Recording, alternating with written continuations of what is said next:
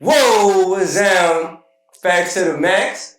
It's your host Deejai in the building. Welcome back, season 4, episode 2. I have a very special guest in the building. I do consider him a friend of mine, a legend in the NFL to me. I watched you through all your teams, man, from the Chiefs to the Ravens to the Cowboys. So I'm well aware on our conversation we're about to have today. I want y'all to please give an honorary welcome. Please give flowers to Brandon Carr, a.k.a. Iron Man. Hey. Yeah, I got you on the clap. Yeah, I got you. Oh no, I'll post mine. I'll post edit. I got everybody. Let's get it. Thanks. Everybody, man, I just want to welcome to the show Brandon Carr, 13-year veteran in the NFL. We will go over his career stats. I truly did my homework on you, brother, because I really, those years that you played, since 2008 on up, that's when I was in the sports. That's when I watched football. I played football. I aspired to be at least in the NBA and NFL, as we all had those dreams. So, I mean, that was a time where football was real to me. The rules weren't as tight. So we're gonna get into that a little bit later. I want to start off first, just talking about your early life, just talking about your personal life. If you cool with that. So we will start.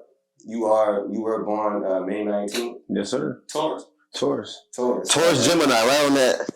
Right on that. They both be coming out, man. Depending on the conversation, bro. All right, born in Flint, Michigan. Yeah. Flint, Michigan, respect, man. That's a small city, right? Small blue collar. Back in the day, it was the automotive industry. GM was booming around town. I feel like everybody, mom or dad, worked in the shop. My dad worked. He was a supervisor. My mom was a teacher. So that was my life growing up. Awesome, bro. And you were so you went to high school out there. That was where you went to high school. Carmen Ainsworth. Shout out to Carmen Ainsworth. Shout out to the Cavaliers, man. Cavs. All right, man. And so you did start off playing basketball. That's the first love. Me too. Hey. First love basketball. What you got? Kobe Bean. Ooh. Kobe Bean. That's since 1997, man. Tell me. But yeah, basketball was your first love. What were you good at? I was good at fadeaways. So this how I was. I started at 5 in our church league. Mm-hmm. I was playing like in our 10U, 9U division. Right. So whatever that was worth. And then as I got older, I was a little guy. I wore goggles. It's funny, right? I wore goggles. I'm sorry for laughing. I did see an interview with somebody like I embraced some goggles. Well, they called me Horace Grant, all that stuff. I wore goggles all up until freshman year of high school. I think like the Christmas break, I ended up getting contacts. Okay. So I got out the glasses. But no, I wore goggles. Man, I was a little guy, a little point guard. I was feisty though. Like I ran the show. My favorite player back then was like Joe Dumars. Like real meek, but he got the job done. You had a handle. I ain't really. So it's funny. I even watched YouTube. I can barely find some of my highlights, but I ain't go to my legs and like that growing up. I was basic as heck. When I get down inside, my dad was my coach. She coached me from 9 until 17, and to this day I can hear him in the back of my head like, "Get inside!" Like just penetrate. Bro. I was like, okay, I don't know how. If I get them down in the middle, bro, either floating that thing, dump it to my bigs, but then I just come down there sometimes lay it up, get fouled. Mm-hmm. Both of my goggles, like both of my lenses pop out. Had to put them boys back in and knock down the free throws. So, but no, I was just a basic as far as like dribbling, but like my knowledge of the game, right? I was so I tried. That's kind of what took me into my mind. My mind kind of came before my body as far as basketball. So I mean, I show you my basketball picture. Oh, you see how I hold that ball? Do I look like I'm a rookie? Nah, you're a shooter, huh? Man, shooter, something. I was Kobe Bean. You can tell. I'm telling you, I thought I was going to the NBA. But yeah, so high school. How was high school for you out there in Flint? High school was good, man. I was focused. Like I went to school. My mindset was playing ball and trying to make it to the next level. Like I didn't really get down with all the extracurricular. I ain't hang out. Right, I ain't go to no parties too much. So I got, as a senior, I started to hang out a little bit, but early on, I was trying to play ball. I was trying to figure this thing out, man. Like, how can I get, because I was small. I was born big, and then by the time I got to elementary, and then actually by 6th grade, everybody started hitting puberty, going to middle school, and I was a little guy. Like, we had a tackle football team where, it was 7th, 8th grade combined, but it was like lightweight, heavyweight. So if you over 135, you play heavyweight. If you're under, you play lightweight. I played 2 years of lightweight football. My first year is 7th grade. I think I probably rode a bench, bro. Like, I got in there running back a couple times, got hit from the ball, and that was all that it was. And then, so I was just like, man, how am I going to do this thing? And then my brother was at the first black quarterback in my town from my high school. We ran an option, the Veer. So it was a running school. So just being able to watch him go through his adversity, all that stuff, like, it was tough seeing him. He had to go fight for his job and fight a lot of different politics and outside noise. But when he started getting recruited, that's when I was like, damn, that basketball, like he's a 6 foot, back in the Randy Moss era, so they're looking for bigger corners. So that's when my mindset switched, and I just went straight football. I mean, I still hooped with whatever my dad, that's his thing, so I got to still play basketball, but I went straight football, and I was like, okay, this is what I'm going to do. But it was hard for me because I watched him play quarterback, so I was the next one up. Like, I knew, like, I was a ball boy, I was a water boy, so Friday nights, everybody in the field playing, fighting on the other side. I'm on the field. I'm like the water boy. I'm there before the game. I'm getting the hydration ready. Right. I'm on the field shagging balls. Like, I'm just locked in, glasses and all. And I learned the offense so well. I mean, I got to 9th grade, and I just, I was next up. So, like, those first 2 years, I was just straight quarterback because we really have no backups to do it like that. You know what I'm saying? And then I yearned to get to defense. So I never could play. I played a couple times throughout the games. But by the 11th grade year, it was like a blessing in disguise. I ended up losing the starting job. I remember, like you just said, it was a three-way little battle between me and 2 senior quarterbacks at our scrimmages and stuff. They can throw the ball a little better than me, a little fast, taller, but I can like read the option. Like, I can run that thing and watch the DN and hold it and pull it, do all that stuff. So I lost the job and I went straight to corner. And ever since then, it's been a wrap. The next year I was supposed to be next quarterback again, but I ended up I recruited my basketball teammate from another school that wasn't that good to come play quarterback, and he threw the ball, and I can stay at DB and receiver. So that's how it worked out. 11th grade is when I really started playing DB. That's crazy. And I was up here thinking about. I was always trying to be ahead of the game, just ahead of like, okay, what's next? Just focus, man. Focus on trying to get to the next level. Everywhere I went, just trying to get out, trying to get to the next one. Okay, so your brother Tony Carr, he played in the NFL. No, he didn't play. He probably should have. He should have. But he ended up going to Western Michigan. He played for 2 years. He redshirted, redshirt sophomore. Boy had 3 picks in a game 1 year. That redshirt, sophomore year. Played the big house. He got a pick at the big house too, Michigan. I feel like he was next up, and then he ended up walking away from the game. Going into that junior year, I remember getting the phone call, like, that voicemail was back then. So I got home in the summertime and like, picked the voicemail. It's like, basically he ain't come to camp, X, Y, and Z. And I was like, oh shit. And then that just kind of hit, I feel like we was an all-American family growing up, 2 boys, mom and dad, doing well, like nothing can go wrong, whatever. So that was kind of like a hit to like the pride of the family.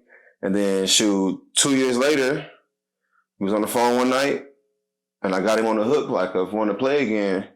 The next day, I got up and got instructions from my mom. I drove down there to Kalamazoo to go pick him up, got his transcript, got the whole 9, called my coaches.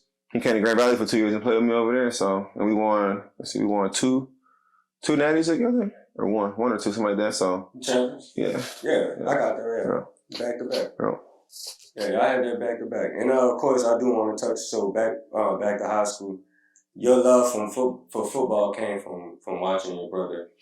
And I wanted to be just like him, bro. Like I said, I was quarterbacking when he went to play DB. I'm like, okay, that's where I'm gonna go. He played he was getting recruited for receiver DB, but I was like, I'm next up. I'm the next. They call me little Carr, little TC. So I mean,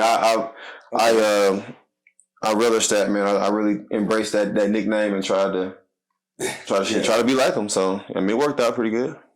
Okay, so you guys, you did speak that you guys did attend college together, Grand Valley State Lakers.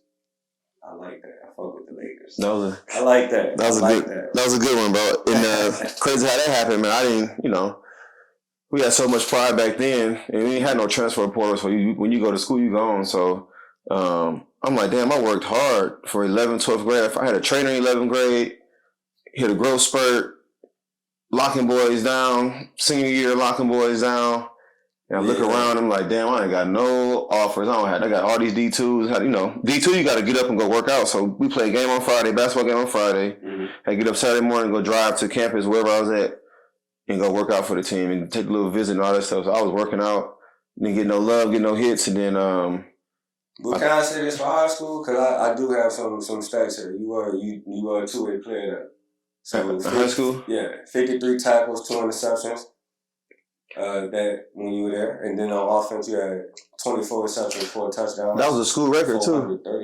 24 receptions was a school record back then. We ran the option, so yeah, that's what I'm saying. You was going ham on both sides of the ball. Like, what made you decide that you wanted to stick with Carr? Oh man, I just played receiver that one year. That last year when I brought my teammate over for basketball, I played with a receiver. I was like, "You come over, man." We ran like the spread option at that point. Okay, so I just played some receiver, caught some passes. I was really honing on playing DB. Like, this gonna be my defense was it? Yeah, this is where I'm gonna play. Wow. So yeah, when you got to college, you started your career there. What at that point? What was your motivation going game in and game out? I was pissed off. I was there. Gotcha. I was like, man, I'm not. 3 of us went. It was myself, Dan Scooter, Todd Carter. We all came from Carmen. Me and Dan played Little League together. Dan was really pissed. Like, he felt like he should have been in Cincinnati, like somewhere crazy. But like, whatever the case is, it didn't work out. Didn't get our film out, politics, the whole 9. So I was pissed off. I wasn't supposed to be there. Central Michigan was where I thought I was going to go. Western Michigan, that's where I really wanted to go after my brother. But that kind of spoiled some things. And Central Michigan coaching staff got fired during that off season. And then Brian Kelly became the coach at Central at that time. And that's what they say. I was on the board at Grand Valley, so they wouldn't take me off. But Grand Valley came at the last minute. I was thinking about going to Wayne State in Detroit to go play receiver. Crazy, right? Wow. Yep, I was thinking about going there because, I went there. That's my only visit. Like, I spent the night. It's like a real official visit, you know what I'm saying? We hung out with it all, the whole 9. And I was like, and the coach came from Akron, so he had that D1 feel to him. So I was like, man, I'm gonna go here. Then Grand Valley came like a thief in the night. I'm like, I don't know who Grand Valley is. And I look on TV during the Christmas time, like I was in at the mall buying some stuff for Christmas. I seen them on TV. I was like, that's that school right there. Yeah. And bam, they end up dang, that's crazy. They end up coming in first. Listen, I got a letter from them. You didn't get accepted into Grand Valley for something. I was like, what? I laughed because, they make a way for you. But I'm like, I had a 21 on my ACT, grade points, like with almost a 3.0. So I was like, I don't know what this is about. But as soon as I opened that letter up, my mom brought me the phone and it was them calling, like, disregard. I don't know how it worked out that way, but it was like, disregard that letter. So I came on campus for a visit. And when I got on campus, like, just seeing Grand Valley is like kind of small. Yeah. It's like in Allendale, so it's like it's in the sticks a little bit. But I got on campus, I was like, this it. It was clean. Academics was on point. All the sports programs was pretty much dominant. Then I met Coach Chuck Martin, and the way he was talking, he talked like really fast and like be talking like this or whatever. But when I met him, like that's the last part of the visit. Yeah. And they won a championship. They won two in a row before I got there. And I'm just like, yeah, this gonna be the spot. And sure enough, they gave me the least amount of money out of all the schools, I felt like. But to me, I was like, I'm looking at the big picture. Like, they're gonna have a lot of exposure. They got boys going to the league, whether it's a draft pick or whether it's getting, free agent signed and stuff like that. Mm-hmm. So I was like, man, this gonna be my spot. They didn't know who they had, man. I didn't know. Yeah, it worked out pretty good though. So yeah, in college, even though you said that wasn't your first choice, you did excel there. So you had 206 tackles, 11 interceptions, 39 defended passes. And then of course back-to-back Division II football championships. But it was humbling though. So you didn't want to go there. I didn't. I keep real. I didn't want to go, but when I got on campus, they bring in like 40 40 boys, like 40 freshmen for, D2, they can break up the scholarships. I went from like 170, 175 at my senior year in high school. And I don't know what my 40 time. I felt like my 40 was like a 4.7, 4.8 or something. I don't know. And then I got there first day on campus for football. We ran, did our testing again. And whatever I ran, Coach Martin looked at me he smiled and I was like, damn, that must have been a good sign, right? Because backstory, I met him. My high school used to go to Grand Valley every summer for our team camp. Like us and 3 other teams would go. And then going to my senior year, I seen Coach Martin. I seen this other guy, called him DP. They were like right there at our practice, or right there at our, we had 7-on-7 at the end of the time. So I see this big old guy with Coach Martin. He's a DB, right, from Chicago. And I'm like, damn, who was that? So, I'm balling, doing my thing, and he's like, hey, tell him to throw you the ball. So I remember the last play of the scrimmage, my quarterback threw a deep one, running, head top boys, come down with it. And then so I'm walking up the field, and Chuck Martin rolled up on me in his car, was like, talking to me, he's like, so who's looking at you? Back then, I'm programming. I'm about to say, I'm going to drop all these big names, these schools, or but I think they got they know who on the board. So I was like, Michigan State, Central, Western, da-da-da. He just looking, he's like, all right, cool. He's like, let me know if those don't work out. And drove off, and I was just like, yeah. So fast forward, I'm signing there, and I'm going in, I finally run my 40. I went from 175, I got to campus, I was like 192. I really had a good off season. I've been locked in, man. When I graduated, everybody was crying. I was like, bro, I'm ready to go. This was high school. That's about 4 years. I did it because I had to go do my thing. I'm ready to go to the next chapter. And anyway, so I got there, did all that, and I'm about to get, that's the big thing. I'm about to go D2. I'm about to go play. I ain't about to do no red shirting, the whole 9. I got there. Our defense is loaded with seniors and all that good stuff. So things just happened the way they're supposed to happen, man. We had a guy from Western Michigan came that played with my brother, but he wasn't the right fit for that program. Some things happened in training camp. He ended up getting about the way. They let him go, and then they had some other guys juniors and some sophomores in the mix, whatever. But I was like, man, it's my turn. And then my first two games I was redshirted.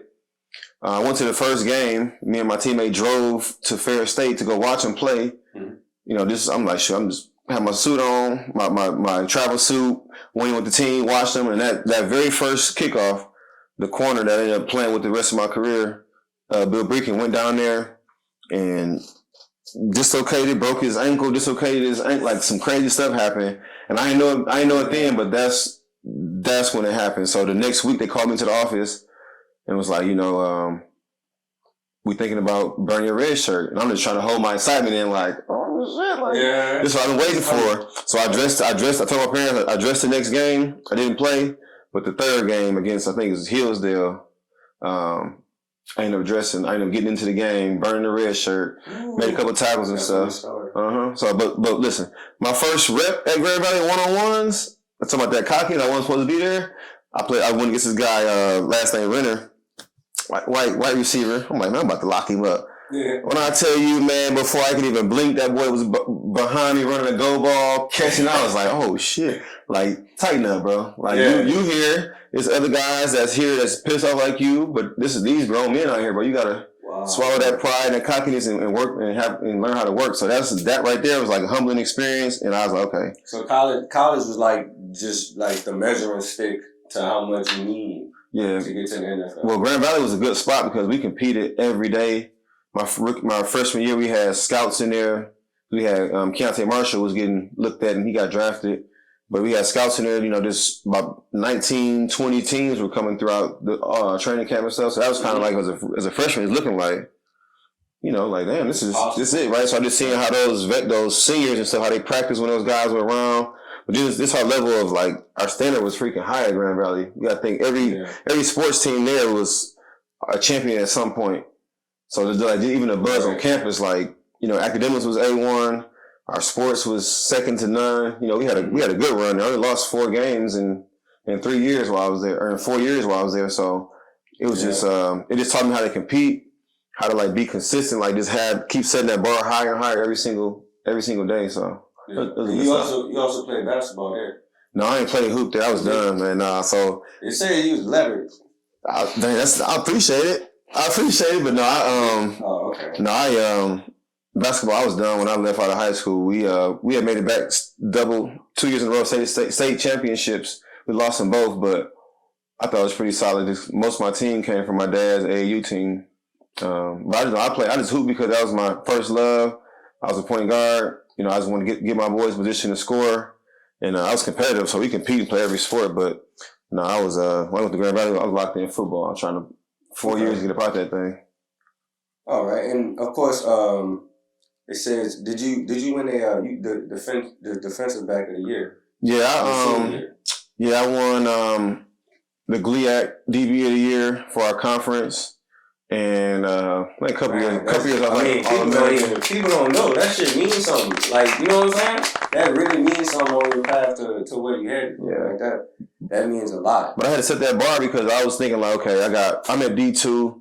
I got Akeem Talib, Brandon Flowers, Antoine Cason, Scandrick, Mike Jenkins. You got all these boys, Tracy Poyer, all these boys in Division I. That getting their stats and playing against the higher caliber of players, they're gonna always knock D2. So I was like, man, these next 2 years I gotta go on a tear. Like I can't let nobody catch a ball. If I do get a division like a pro hopeful matchup with a guy in my league or in D2, I gotta go get him because they gonna base it off that, and not just some of those other opponents that they feel like is inferior. Yeah. Or you know what I'm saying? It's like I literally went my senior year, probably got one pass a game thrown my way. And I was like, listen, you got to stay locked in. That one pass, you know what I'm saying? Like I knock it down, or I got 2 picks my senior year. But it's like, you couldn't catch a ball on me. I'm tackling. I'm doing everything because I got to keep my stats and keep my numbers just like them boys I'm watching on Saturdays when they playing their games and stuff like that. So like I was really locked in. Like I said, it was a science and a math tool with me. Like, okay, how am I gonna get to this next level? By the time I became a junior, I was running a 4.4 by then on junior day. So I was like, I'll check that box. 6 foot, 200 pounds. Yeah. You know what I'm saying? I was like, okay. That's how you knew a dog was going to come. So you had to be double the dog. Yeah, I had to. I was like, I just need a shot. I just need one opportunity to get into the league, whether I'm drafted or free agent. Once I get in, I'm gonna make the rest up. So. And so I have heard you attended Central Michigan Pro Day. Yeah, so Grand Valley, we're gonna have our own pro day, but just the exposure part, right? And I think we're gonna have a pro day where like all the GLIAC schools from our conference are gonna come down and come run with us. Cause I think it wasn't too many guys that was pro hopefuls. I think we had a lineman, myself, and it was a couple more guys, and then Central had maybe a couple. Honestly, I felt like they wanted to invite us because I was going to take all the scouts to come to my pro day instead. That's the story I always tell. But no, so we ended up going to Central Pro Day. All the D2 came down, went to Central Pro Day. But it was kind of rushed. It was kind of treating us bad, in my opinion, like trying to rush us. And it was back on that old school AstroTurf, so I had the nubs on and stuff. So I did that pro day, ran my 40, bench, jumped, all that good stuff. But I was still working on trying to get to Michigan State Pro Day. I was like, that's the big one. That's only 30 minutes from my house, so I was like, I could go there for legal, like whatever the rules were. But I had a scratching call. I had like 12 scouts call Michigan State to get me into the pro days. At first they would let me in. Then my agent, we had people calling them like, hey, we want to see B. Carr. And then I ended up going there. One of the guys I was training with in Chicago, he went to Michigan State. So I went to Michigan State, and that's where I did. I didn't run my 40. I think I jumped again. I remember to do the bench, but I didn't do too much while I was there. And they was kind of talking stuff like, why he ain't doing it? He's like, Coach, you ran a 4.4. He's like, oh, okay. But I put them cleats on in that field turf and did my position drills. Yeah. And that's when it was around. That's when they noticed. Yeah. Okay. All right. So, I mean, at that point in college, of course, winning the back-to-back championships, doing well at Pro Day. Next was the draft. So where were you expecting? Because I know I had the projecting. What they say? Projection. It was like the 6 or 7. Right? Yeah. So we had this site, this D2 football. I always check that thing. for the pro hopefuls. They had me like about 6-7 preferred free agent type.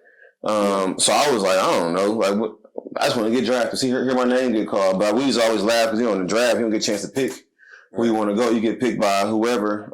I was back in college. Somebody asked me where I want to go. I said I want to go to the Colts because Colts played a cover 2 back then. I want to be a cover 2 corner, like the whole 9. But that'd be nice. So my visit, I took the visits early. So I went to Green Bay, Jacksonville, Cincinnati, and my last visit was Kansas City. Okay. And when I got off the plane, and I was like, I think I was there with Vernon Ghostin. Okay. And when I went to the facility, like I was just laughing, like I messed around to be here because it was Kansas City back then. It was an old facility. We was in the stadium, the locker room. It was old as heck. That's when I got on the board. That's my first time. Like the other ones, I got tested. And I met some of the DB coach, medical staff, do all that stuff. But Kansas City, like it was the real deal. I had to go into the film room with Herm, Carl Peterson. I don't think the Hunts are in there. My DB, Joe Gibbs, the DC. Like everybody was in there. I had to go in there and like break down my film and watch the game and stuff.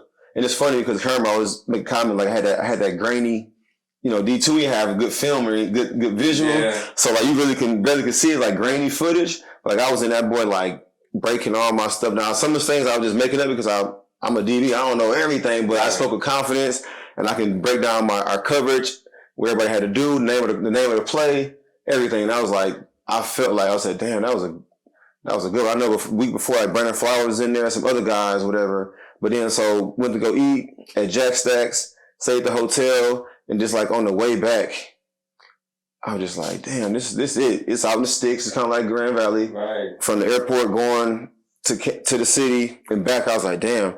The way they played, their style of play was the same style we had. We played the outside shuffle technique. And it was just like, So anyway, I get back home. I'm getting calls from the Ravens calling me, the Chargers call me, but it's all nothing but like they're trying to recruit you. So if you don't get drafted, you can sign with us, or we want to draft you. It's like y'all lying to me because I ain't taking a visit to y'all. So the draft came, man. The draft day came, and was it back then? It was it 2 days? Just 2 day draft, right? Yeah, it was 2 days. Yeah, I think it was 2, and they do the rest off camera. Yep. So I watched the first round to see where everybody going. And I was like, damn, there's a lot of DBs coming off this board. Mm-hmm. So that was a good sign, And then the next day, because my uncle and my dad, they were trying to get like the media. I said, man, I don't bring no media here the first day. Like, I don't want all that pressure, bro. I'm not into that. I'm not the type of guy. I don't need no lights, camera action, none of that stuff. Like, let me just do my thing. Don't build me up like that. So the next day, we went to go eat breakfast. And, I'm checking my phone. It was 3rd round back then. Tracy Porter came off the board. Went down the list, and I was like, "Oh shoot!"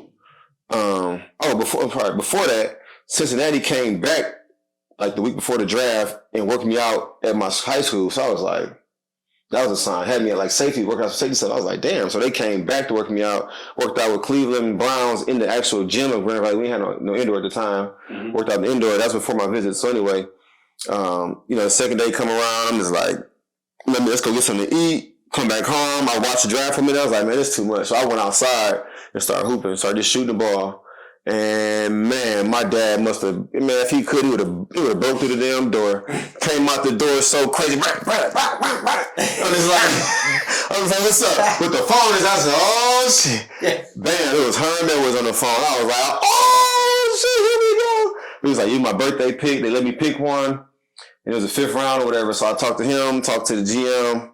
I think I talked to Hunt at that time. And then I went in the house and everybody just looking at me. I'm just like, it's it. Man, shout out to your pop, man. Mr. John? Yeah. John Carr, man. Shout out to John Carr. Yeah, he was excited as shit. Yeah, I can tell.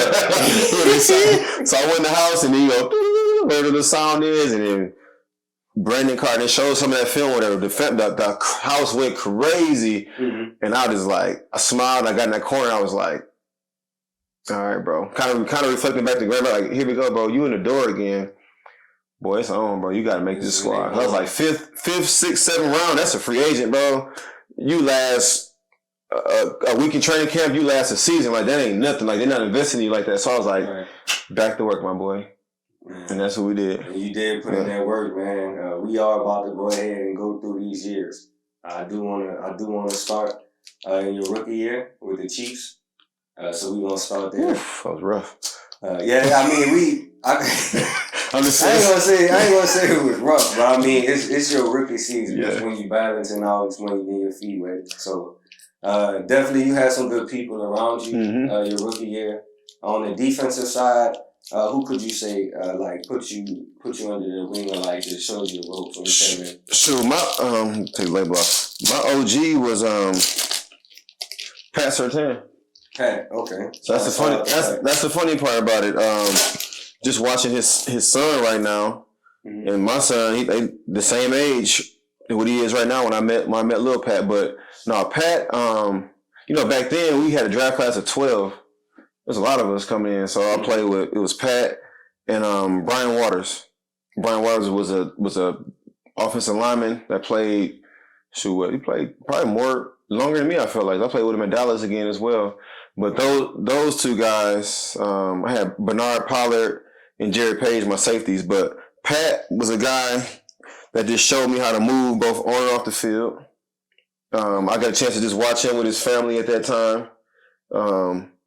Being an athlete, he was a all pro bowler on the back end of his career, right? So real chill, smart guy. So I just got a chance to watch him work. He gave me some insight on everything, anything you can think of. I feel like he was there. Man, and I wonder what those conversations. Yeah, it was. Like, we call it sauna talk. So after practice, before we in the sauna, we and that boy talking like everything from money, family, females, life, the whole nine, right? Right. And then Brian Waters was a guy that also was there.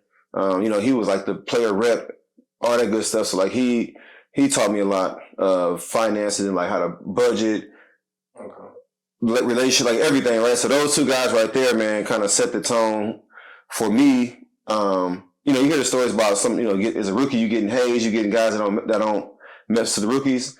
I done had that experience. So when I became the OG, like that's all I knew was to feed back and give back to these boys and like just be open and vulnerable and just give them whatever I needed, whatever I had in me, so they can become a better person, player, whatever the case is, right? From my good and my bad, you learn from it, bro. I'm gonna be open for you. So those two guys, I feel like set the foundation for me early on in that year and to carry me throughout my season. Okay. Yeah. When I say it was a bad, like it was rough. I mean, like not playing wise. Like I figured out the flow of the game. Like I say, by week 2 or 3, I was starting again because Pat had blew his AC joint out. But I started the 2 games before that because I started like on our nickel package, right? So my first game. So you were nickel behind Patrick and so it was B Flowers was drafted 2nd round. So you got a plan, but I mean B Flowers that's a all pro like y'all a hell of a duo. Yeah, that was a fun time. He's smart as heck, a baller, like competitive. You know what I'm saying? But laid back as heck, the Florida boys. It's funny, I'm going to the league. I'm from Grand Valley. I'm like, I want to hang out. I want to, I finally hang out at the club doing my stuff. He was like, man, he be at the house chilling. I was like, he's like, bro, I did this growing up. I was like, damn. So even him, like just being around, my peers was like, okay, slow it down. He's slow motion. So I just learned a lot from everybody. So you taking the right things from the right people. Yeah, I was, I had a lot of good people around, bro. Coaches was good. It was an old NFL back then, so we had the 2-a-days and. Oh shit! What? I remember at my junior year, made my knees hurt, bro. No, listen, I remember the training camp. We just had a joint practice with the Vikings. So Agent Peterson came into town, and people always ask me, what was the biggest adjustment from the league to the NFL? I was like, it wasn't the receivers. I was like, man, I run a 4-4. They all run 4-4, 4-5s. I said that was easy. The quarterbacks that can throw the ball from the middle of the field, that can make every throw on the field, timing, and the running backs. So the D2, I ain't see no quarterbacks like that, and I ain't see no running backs that can come downhill, put their foot in the ground, right. They're going to run you over, jump over you, or make a move, and they running. So first training camp, Adrian Peterson, I see him first, I'm like, damn! But my welcome to the league, hello rookie moment was, I was a gunner, trying to do some gunner stuff in that camp. and you got the 2 Vice on you and stuff. Yeah. Boy, them boys they did everything but put me in the stands. Wow, I was like, damn, like this big boy shit. Like, okay, so welcome to the NFL. But yeah, so it was my first year. It was a good. We went 2-14. So we weren't that. Well, your debut when you got injured, you had 3 tackles your debut. Okay. So my first game was against Tom Brady and Randy Moss. That was the game before that one. Yeah. Yeah. So when he got injured, you had 9 tackles. Yeah, that's a lot, right? I'm like, Lord, man, going through your stats, I was just like, wow. 9 tackles. One of the most consistent DBs in the NFL, bro. Sure. I'm talking about consistent. And we'll talk about that. I got every year here. Your rookie year, of course, coming out. You had a great group of DBs to come along before you, and of course, once you got your breakout on the outside corner, when Patrick went down, that's when you started to show. The coaches started to look at you and folk keying on you. So they started to have you guard. Yeah, the most important. Yeah, we used to match up. Yeah, we used to match up for sure. So let's get to your first interception. Ooh-wee. Your first interception on Jay Cuddy. So that was a battle, like Chiefs and the Broncos. Yeah. So like you say, we used to match up. I used to take the bigger receiver, and B Flo would take the smaller, quicker one. So that game, he had Eddie Roy, which is his old teammate, and I had Brandon Marshall. Right. So, and we started to match up before. I just come in nickel, but it was him and Pat starting. And then I'll come in and B Flo moves inside and I'll play outside with Pat. So we was cool back then, but when just me and B Flo became the 2 rookie corners, we would match up. So that game I had Brandon Marshall, and I remember like yesterday, like first time coming to the line, he come out there like trying to intimidate me, like with his hand like, man, I'm gonna hit you. I'm like, bro, like you don't even. Yeah. I'm not even gonna blink, big dog. So I think our first snap, I must have gave him a nice left hand, like offhand jam, got him real good. This was a run play. Boom, hit him in that shoulder. I look up. He ran off the field like that. But I'm just like, all right, let's go. Yeah. So I feel like that's probably my biggest battle. Like I love competing against him throughout our careers. So what happened? So on that one, I think early in the game, cover 2, whatever the case was, I try to go jump for the ball, like undercut it and jump it in the deep of the end zone, and I mistimed it, went over me. I think B Marshall might have caught it for the tug. So I was like, damn. But, Jay Cutler, he be slaying that thing. So I was like, okay, they got the film upstairs. They got the pictures. I was like, okay, he'll come back to it. So I think I set him up, cover 2 again. He tried to throw a whole shot. Mm-hmm. And I was there, went up and caught that boy. And it was like, once you catch it, it's like this automatic. I'm returning it. Man, look, when I seen you, I'm like, man, this man always trying to run the ball back. He always trying to run the ball back. He ain't no sliding. He trying to run the ball back. I was trying to get up. So that was a good feeling, bro. Like, and Chief Stadium to me is like probably the best atmosphere you can ever. We was bad back then, but the fans was always crazy. Yeah. So just like getting that pick, man.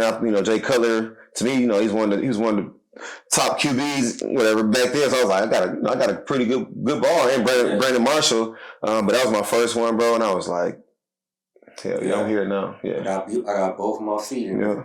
So. You say y'all went 2-14 that year. So 2009, I guess I would say you and Brandon started to actually become the defense. Mm-hmm. So 2009, you had a game against the Steelers. I don't know if you remember that was one of your highest season high games, 8 solo tackles. Was it? For solo tackles. I had a lot of tackles my first couple of years. Like finished off at like 70 plus the first 2 years. You had 8 solo tackles 2 more times in that same game. And I felt it all off season too. Like from January to March, I was like, damn, I am tired. And for 2, I didn't know how to take care of my body and like really stay active. After obviously I go home. From January to March, I'm recovering right now. Then I got older. We talk about later. I got older and tried to figure out how to take care of my body some more. But I had a lot of tackles growing up. My first couple of years, a lot of tackles. So 2008, I'll just go over 2008. 73 total tackles, 6 passes defended, 2 interceptions, and 2 fumble recoveries. That was 2008. 2009, 62 total tackles, 19 pass deflections, 2 tackles for a loss, interception, fumble, forced fumble, and a fumble recovery. So as you can see, you can see you picking up steam as the year go by. That year, y'all were 4-12. So I mean, of course, it's got a little better. It's still it's still coming together, and of course, y'all got to build it on both sides. We had a coaching change. That's when Ty Haley came in. So Herm got fired for that first year, and Ty Haley came in. Okay, Ty Haley. I remember him. Yeah. Right. So that's when that next year in 2010. That's when you guys actually started to see some improvement. Y'all went 10-6. Yeah. So what from 2008 to 2010, what could you say changed about you and about the team? Well, I think that draft class started to show, and they started to put some strong draft classes together behind it. Because I think that same year, 2010, when they brought in Eric Berry, Javier Arenas, and Kendrick Lewis, we also had Travis Daniels in the back end. He was a wily vet back there. He was very cerebral. So, and then we also, the coaching part, we brought in Emmett Thomas. Emmett Thomas, Hall of Fame corner, and he was able to bring in Otis Smith, which played in the league for multiple years, 10 plus, lockdown corner, big corner. And like I say, I listen to everything that's around me, and I got my eyes open. So I feel like he came in, I don't say for me, but he was a blessing for me because he came in and showed me another level of playing cornerback at a high level. Like he challenged me, he trained me. That was my first real DB trainer inside those walls, man. Like training camp, I'm doing drills with him, footwork. He was big on press man and man. So he the one that instilled in me, my go-to became, I don't give a damn if it's 3rd and 18. Runner, go press him. I'm up there checking Santana Moss. All these boys, go press him. Put your hands on him. Don't let nobody run up on your toes. So, he taught me the game in that way. But Emmett Thomas was a guy, excuse me, when I met him, put me at ease. Most coaches, they want you to they want you to do everything. I'm a corner, man. So when I coach, my corners, man, y'all just get the boy down and you stay out the way. Go get the ball. That's what you get paid for. So he was just he was cool. He's you about my height. We about the same height. He's you don't like to tackle, huh? I was what you mean? I'm tackling. He's I be watching the film. He's it don't matter. When they get to you, they already got the damn first down and said, you just find a way to get him down. You jump on his back, let him run past you. He said, your job is to get that ball. Yeah. You get that ball, play the ball, make sure that ball get behind you. And he was basically you like to play, I play low hip. So I was I'm a 6 foot, 6'1" corner. I don't have to be on top of the routes. I can just be I can touch you, then that ball I'm jumping for it. I'm long, you know what I'm saying? You a ball hawk. So you was a ball hawk. I appreciate it, bro. At the end of the day, what I learned from it is that you were not fazed by receivers. The routes, the fake outs, your feet stay planted until they actually make the actual move. That's a basketball move. That's what I took it. It's basketball. I was checking the guard. My footwork is the same way. I'm patient. I was I run a 4-4, 4-3 in my mind. So I'm what can you beat me on? I'm gonna catch up. Yeah, it ain't gonna happen too many times. You're not gonna run past you like that. So I ain't worried about that. Just the intermediate, all the other stuff. That's where the game was being played. And then back then they was throwing the ball 20 times. I ain't throwing the ball 60, 70 times damn near. Crazy right now. But so he came in and just pretty much calmed me down. I was bro, play your game, and if it's broke, I'll fix it. That's all he said. So I just learned how to play football, watch film. He used to laugh at me and B Flowers. We watching film and we in games, we'd be mad about a fire out. He's what's wrong with y'all boys? Yeah. We was no, we don't want nobody catch. He's bro, just go cut their ass out. When they catch catch out, just go hit him in his, just go take his legs and go hit him, right? Make him feel it. So he's man, don't worry about them 5 yard, them little 3rd down, go play ball, but all them short stuff, don't worry about that. The game ain't gonna be won or lost under that. He's y'all just make sure y'all just lock up when it's deep balls and when it's time for you to go make your money. So he just put the game in perspective for us and for myself. Simplify the game, bro. And then, Otis was a good guy. Otis came with me to Dallas as well. So we'll talk about that in a minute. But yeah, those two coaches, man, they came in, just kind of made me, they put me at ease, bro. Let me just go out there and just perfect my craft and just be comfortable who I am as a DB. I ain't gotta be like everybody else. This is what I do. In 2010, that was 2010 when y'all went 10-6. You got in the playoffs, 57 total tackles, 25 passes defended, 1 interception. Y'all made the playoffs. And of course, 25 passes defended. So you know what that means? God, dog. I'm saying. I mean, I some drops in that boy. I mean, I think I had a game once. I had 6 PBUs against the Broncos. I know 3 of them boys was in my hand. I was like, bro, you are a DB.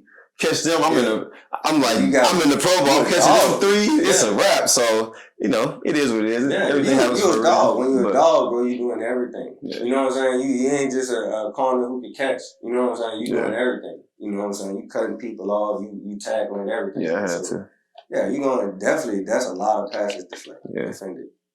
So in 2010, y'all did make the playoffs. Ravens. Yeah, I think it was the Ravens. Wild card. Yeah. Yep. And it was. I mean, what can we do? Who did they have that day? That was Ray. Ray was there. Okay, yeah, I was about to say. I know the defense ran.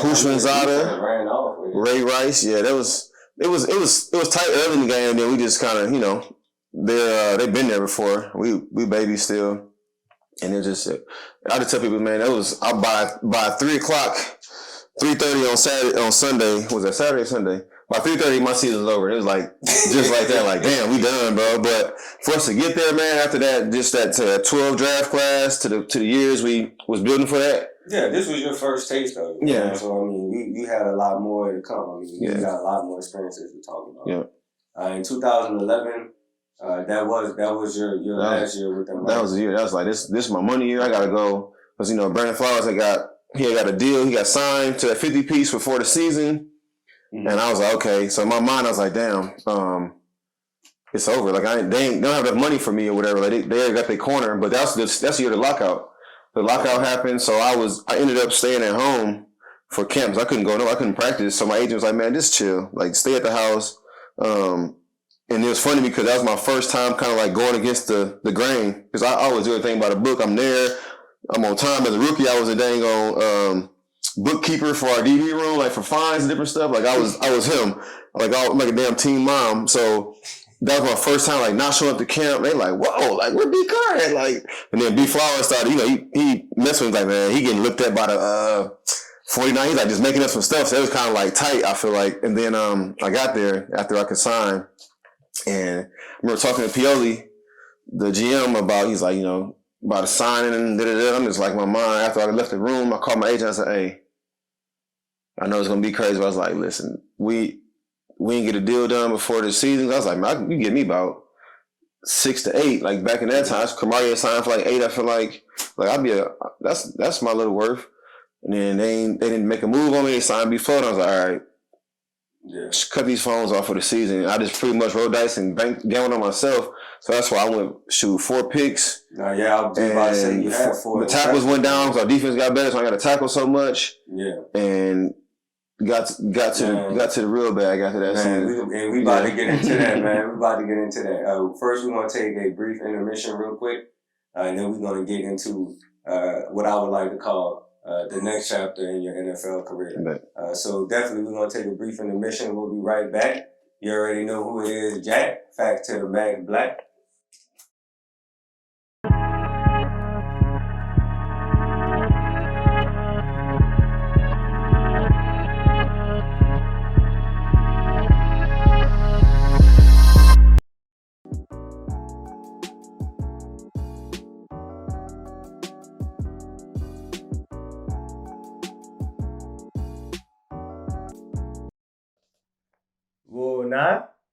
Welcome back to Faxxx2daMaxxx, Season 4, Episode 2.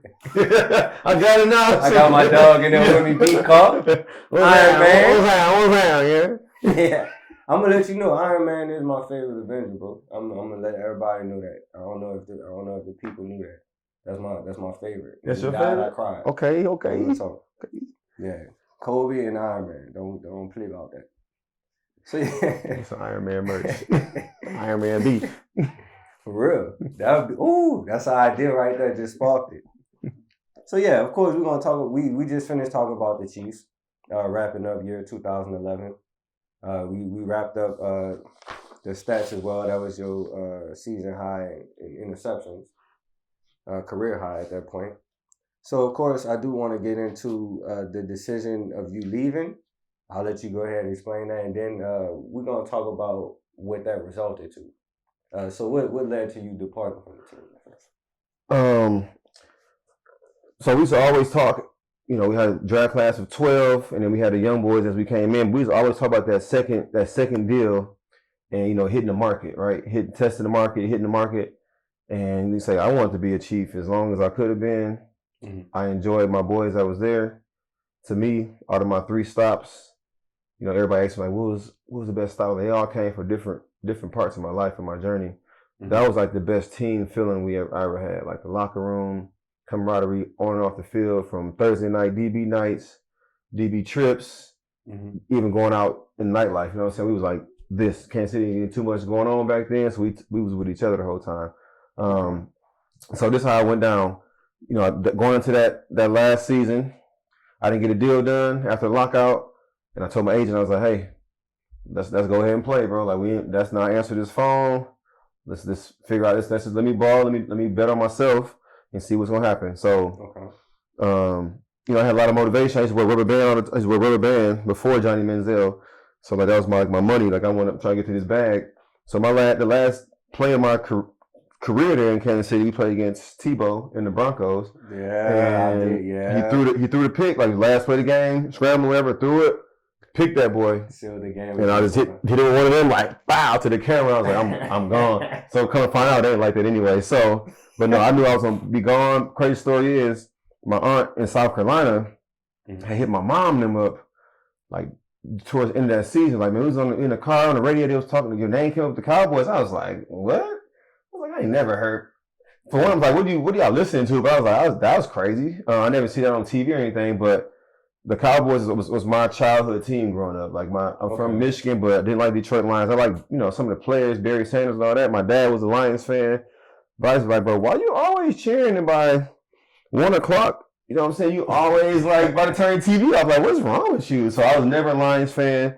My first, Christmas, I got the whole the whole hookup with the helmet, shoulder pads, jersey and stuff. It was a Cowboys, Troy Aikman, and my cousin had the Barry Sanders Lions. So we'd be playing like in the snow, but like real tackle football with plastic helmets. Like I was a Cowboys fan. Recess, high stepping at recess, get interceptions, all that stuff. So I'm like, yeah, right, whatever. So then, I felt like I wasn't getting good traction before that. So I let my agent go, got a bigger agent. So anyway, we get into the off season. Like I said, I finished out with 4 picks, 45 tackles. Like that's good stats for a cornerback. You know what I'm saying? Like a lockdown corner, whatever you want to call it. And get to the off season, and he's like, give me your top 5. So I gave him like my top 5 of different teams of who I want to play for. It was Dallas, Vikings, Jacksonville, I think Titans. I don't know what to say. Come on, man, you ain't gonna do Saints. it wasn't Detroit. Because I think like Detroit was like kind of on the list. Like I was like, man, I'm not going back home. I don't want to go back home. Yeah. I'm good on Michigan. Like I want to keep going elsewhere. I think like maybe California or something. But taxes cost too much out there. So I was, I'm back in my bag again, thinking like business wise. Okay, I found out, Tennessee was no state tax. Texas, no state tax. What Vegas is, Nevada, I guess. Arizona, I don't know if Arizona is, and Florida, whatever. So I was like, okay. Well, then let's just narrow down to those teams right there. Let's just figure it out. So at the time, who was it? Cortland Finnegan was at the Titans. I feel like, yeah, and I was with the Chiefs. So, we was the only 2 corners up as far as like free agents, like big corners, whatever. He's a little bit older than myself, probably by about 5 years, I feel like, or something like that. So he's a little older corner. And I was the next up and coming guy. So how did that thing play out? It played out like this. I knew it was going to be Dallas. I think another team, maybe the Vikings or somebody, or Tennessee. Between those 2, he's like, pick one. I was like, man, it's Dallas. I want to go to Dallas. Even though, I know that's the big stage, whatever. So leading up to the free agency, like the night before, you know, you heard the tampering, all the other little law rules. Everybody, so we kind of knew, you know, what it was gonna be. So Dallas was my first visit on the board. Then my next one would have been Jacksonville. Back to Jacksonville. That's where I did that visit when I was a rookie. And then I think Tennessee or whatever the case was. But you know, he broke it down like, hey, the first couple of days, that's the big fish. They're gonna sign. That's where the money gonna be at. As you get deeper into the fridge, like the money get dried up and the whole nine. I was like, okay. So I went to Dallas, right? This is how I got to Dallas. The night before, he's like, listen, they gonna call you at 3:59. You know, he started at 4 o'clock. They're gonna call at 3:59. They're gonna let you know where they're gonna come pick you up on the jet. The whole nine. I'm just like, damn. So he's like, don't take nobody with you because you want to play the game. Be the business. Like if I took my wife or took my kids, it'd have been like, oh, we got him. So like, you know, as far as value and all that stuff, he was like, just go, get your bag and go. So I had my bag packed. Okay, we're gonna pick you up at 5 o'clock from the airport. I'm right up to the airport with my daughter and my wife now. Right up to the airport, I just seen seen Jerry's jet right there. I said, oh, with the star on that bus. Oh shit! So now pulled up to the hangar, get out, and it's like now I get the feeling of what my brother. My brother's getting recruited back in the day because he went to Western, and all the school was like, man, you a big long corner, and just watching that. So now I'm walking to the plane. Now I got my photo already, so I know the defense coordinator. I know Garrett. I know my D-backs coaches, both of them. I got like a portfolio with their names and their bios. Like, so I want to just find some common ground and be on this plane, be able to talk to y'all, just know who I'm dealing with. So I was like really locked and loaded. Like, yes, sir. So got on that plane and first thing Ryan looked at me, was like, damn, like long, like monkey arms, like apes. Like I was like, okay, here we go. Yeah. So get on that plane with Rob Ryan, Joe Baker, Coach Henderson, and let's see who was on there, and Jason Garrett. Yeah, so I'm on the plane, right? Just we talking ball. I'm looking at Joe Baker. I'm like, oh man, you played at Princeton, but I knew like some other D2, like some in his bio had like some different little schools that I knew of that we had played or whatever in the playoffs, or whatever. So we just talking ball. Then we fly over the stadium. I was like, oh damn! Like the seeing Jerry's were like, damn, that's crazy. Ended up landing, and they took me right to. Let's see, I went to medical, whatever, but I went to the stadium. That's when I met D-Ware, Sean Lee, Witten, and there's some other. Maybe Doug Freer, somebody was in that boy. So just me, had dinner, the whole nine. So me and D-Ware, we just sitting there. I'm just like, damn, like what we doing? Like, why am I still sitting here? But the whole while, my agent was like, man, they trying to get a deal done. Like then, like right in there, he was like, we're gonna take our time. He's like, bro, go back to the hotel, go chill, go do whatever. So D-Ware's like, I got you. So me and D-Ware hung out that night. He took me to a little spot. I didn't say where, but took me to a little spot. We eating some crab claws and just chilling and stuff, right? Ooh, so my agent texts me, he's like, I'm about to call you. So he called me. I went to the bathroom. Man. And then he was like, it's Finnegan. He's like, Finnegan probably about to sign tonight. He's like, we're gonna wait a little bit. He's like, this is how much we're gonna sign for. Boy, I almost went crazy in that bathroom. I was like, what? Wow. That's the 50. What? The 50, that's what he said. They put the 50 ball from the phone. On the phone, and I was like, what? I said, okay, let me just take a couple deep breaths, went back out there and had a good little night, chilled, went back to the hotel, and I couldn't sleep. Now I'm just like, damn. But he was like, so he had Eric Wright was still on the board. He went to Tampa, was about to go and do his thing. The next morning I wake up and Finnegan signed for the 50 or whatever. Yeah, he went for 50, and I came and signed for the 50.1. Man, and he was like, I had to put that one on there, B, so we could be the highest paid. I was like, boy, you are a bad boy. I'm glad I got this, man. So $26 million guaranteed.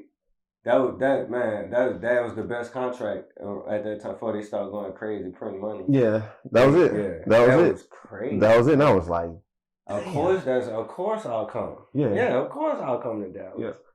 So after look, I did that, went back home, and now it really hit me when I got back to Kansas City. I had to go get my stuff. And I was in the bathroom one night, and I looked in the mirror. I just looked at myself. I was like, "What?" Like, oh, like, damn, son. Like, this is.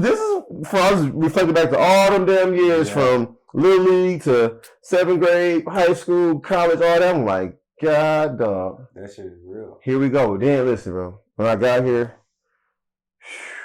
it was a whirlwind because that was I knew what I was getting myself into, but I didn't know because out here it's like the market, the media, it was like a shitstorm. It was like so much stuff I was just doing. I was like, damn, I can't catch my breath, bro. So it took me a couple years to kind of get off that high and kind of get my equilibrium, like kind of, okay, this is what I want to do. So it went pretty fast, bro. But like I stopped watching TV because every time I turned television on, it was a cowboy story, whether good or bad. Just like damn, Kansas City, I can watch all that. We wasn't on the highlights or on TV like that, but here I was like, man, let me turn this off. Like, what are they talking about?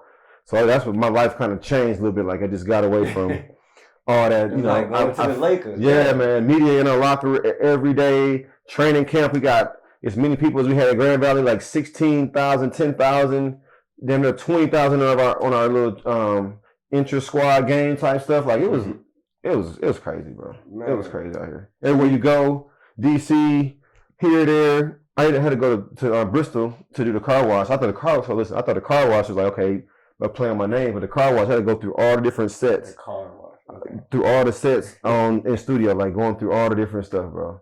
And it was it was like, damn, let me buckle this seatbelt, bro. It's gonna be a ride here. So Dallas was the landing place at that point in 2012. Let's talk about when you get on the field. So you was already named the #1 cornerback when you got there. Yeah. First game that you did real damage. You did damage when you got there, but the first game where you got your first pick was against the Eagles. That's who it was against? Yep. I don't remember. You returned it 47 yards. Nick Foles. Oh, was that a touchdown? I don't think it was a touchdown. Yes, it was. Okay, so look. Oh, I'm sorry. Interception versus touchdown. Yeah, that's right. So, I got here, and then they drafted Mo Claiborne. Uh-huh. So now we got two corners. Rob Ryan was our DC. And, Rob was... I like Rob. He played a lot of man. He had Nnamdi Asomugha, who played a lot of man. He blitzed like crazy. You perfect for man our coverage because you press anyway. Well, I like the press. So and Mo was longer than me as far as like he had crazy ball skills. LSU. Yep. LSU. Oh yeah, that's a bad boy. Yeah. I wish I could have seen him play a little bit longer. Some things would have been different, but that boy, he is a natural. Like he could play some football. So that was a good tandem as well. So my first pick. Yeah, that was the first pick I remember like yesterday. So it was, Sunday night game, whatever, it was a night game. Eagles, cover 2, Deshaun Jackson, all those rivalries. I get a chance to check some of these big receivers now, like Deshaun. That's what I want to say from your whole career, man. You guarded the best receiver on their team. Yeah.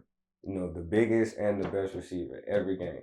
And that's what I respect about you, bro. Because you, like you said, you came in short with goggles, scrawny. I mean, to get to that point, you fearless, man. Yeah. You know what I'm saying? So respect for that. First game was against Randy Moss as a rookie, right? That was my first game going into Foxborough, lined up against Randy Moss. You know what I'm saying? Like, so that kind of set the tone. So, yeah, I remember, like you said, cover 2, jammed him inside, ball thrown. Deejai ain't trying to go inside like that. So I think he kind of bobbled it. Ernie Sims right there, about to put the hat on him, bobbled it, and then, like I said, when that ball is around me, I feel like I need to.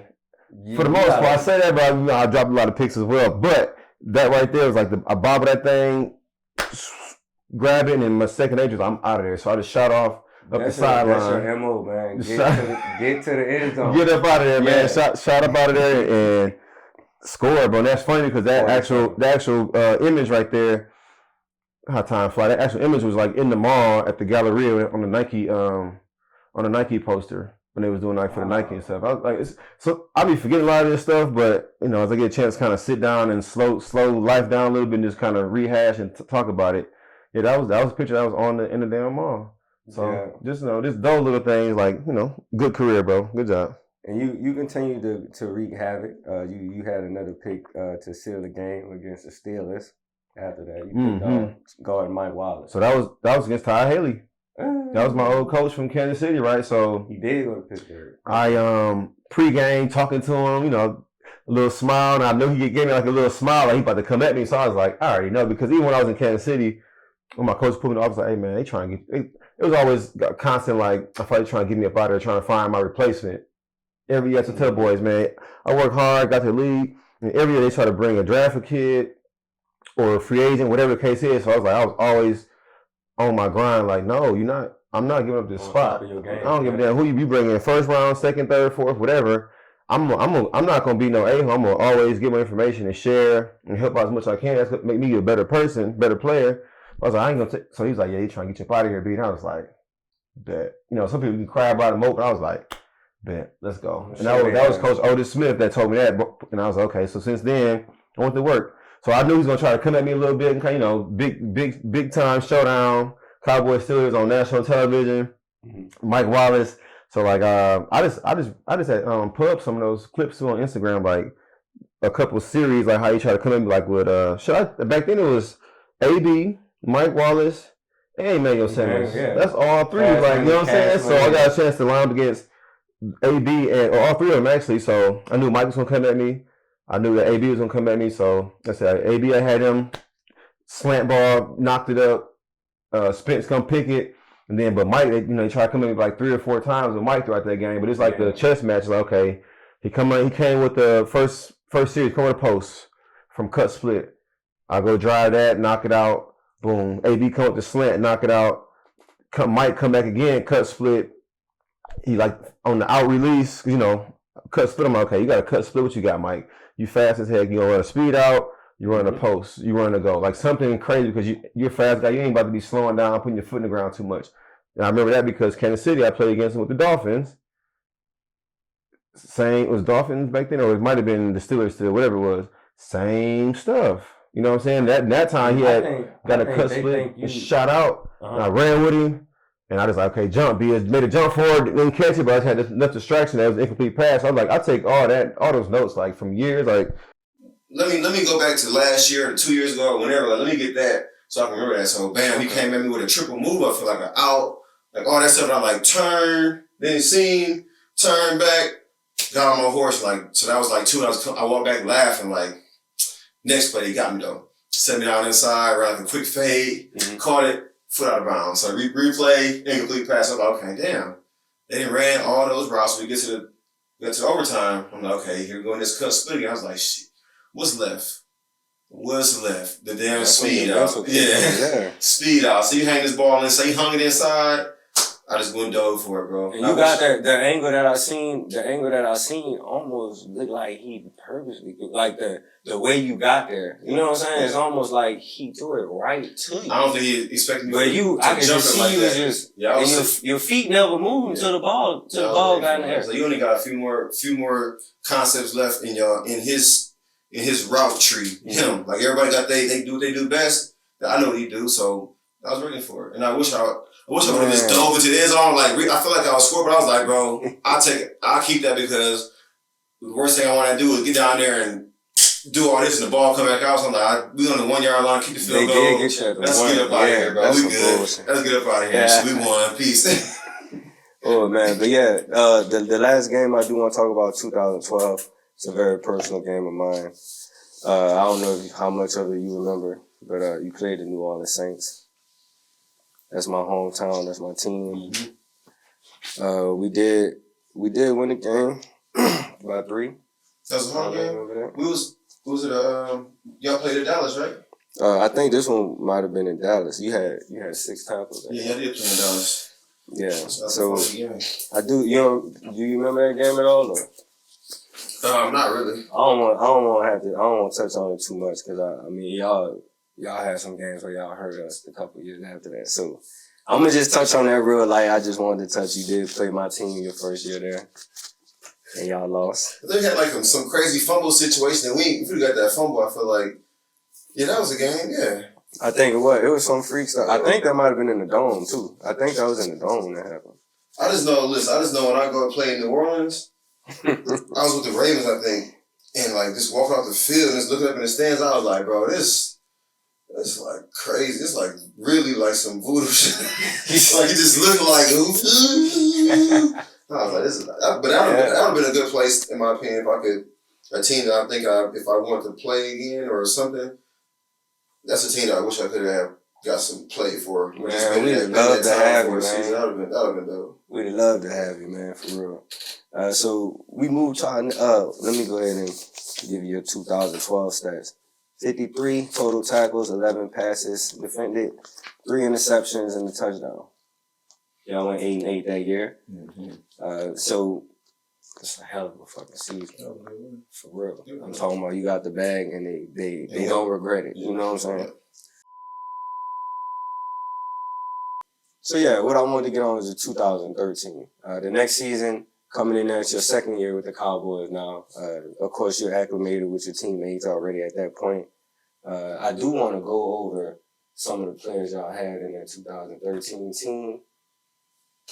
Cause this was, I mean, y'all defense started to add players at this point. Will Allen, that was a vet that came in. Y'all already had Sean Lee, Bruce Carter was a good one. Orlando Scandrick, this was his second year? No, okay, man, he's in my draft class. Okay. So yeah, he's a Heath. Barry Church. And Jeff Heath came from Saginaw Valley. He's another D2 guy that played. We all played over what they thought we was gonna do, but that fucker came in like he worked. He's smart as heck. He was about a 6. He was with safeties, but he had that size. I remember watching or just hearing about him in college, but like it was awesome just to see it. Like, damn, that's me all over again, coming to the league, defying the odds. And that fucker played a long time, and he was like damn near a captain. Like he was a special teams guy. Ended up working his way into this rotation with the safeties. So like I thought that was pretty dope, bro. Just to see, I don't say I started, but like just to see now my conference and my DBs from where I came from starting to make their way to the league and stuff. But really like some ballers. So that was pretty dope. Yeah, so that year y'all did go 8-8 again that year. Yeah. So y'all, I mean, of course y'all still gelling together as a team, adding players to complete the offensive and defensive side. So that year your stats, 2013, 71 total tackles, 12 passes defended, 3 interceptions again, and a touchdown. So that touchdown was against the Giants. You remember that one? Yeah, it was Sunday night. Sealing the game. Sunday night game, like that was star status, Giants, Cowboys. Because the first game was against the Giants, and that's when I made that comment on ESPN. Like, ain't gonna be no salsa dancing this year. So like battling Victor Cruz. Like he didn't score against us that year. Victor. Those 2 games, like that was a good game that we battled and beat them boys. First game of the season. But yeah, then coming back to playing them again, 2013. It was like that was, and it was at home this time. But like you gotta think those type of games. You look at the pregame, the sidelines. It's like anybody you can think of. You out there just watching. I was like, damn. Big time. I think even Mary J. Blige, like everybody was out. So that was the place, man. Yeah, it starts at us really. I remember that game. The last play was the tip pass cover 2, and I'm like I said, my coach is emphasized getting to the football. That was Marinelli back then. Get to the ball, so I'm going to the ball, tip it out of there one more time. And if I can go back, bro, I would have some better celebrations. You know what I'm saying? But I ain't never really practiced those. And I just want to get in the zone. I just be like, man, do my thing. Like, I was just talking to Levine about how he caught his first pick. Yeah. And he fucked up the celebration.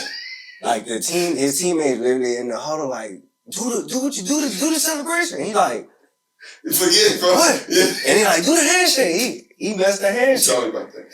Hey man, those moments be so overwhelming, bro, because that's a dream come true. You know what I'm saying? So definitely, man, I wouldn't regret it, man. This is the type. They had some crazy celebrations. My favorite one is my favorite player, Jill Horn, when he put the cell phone. That's one of the craziest ones I ever seen. But yeah, man, 2013. You had an even better season. You can see the progression, the consistency with you.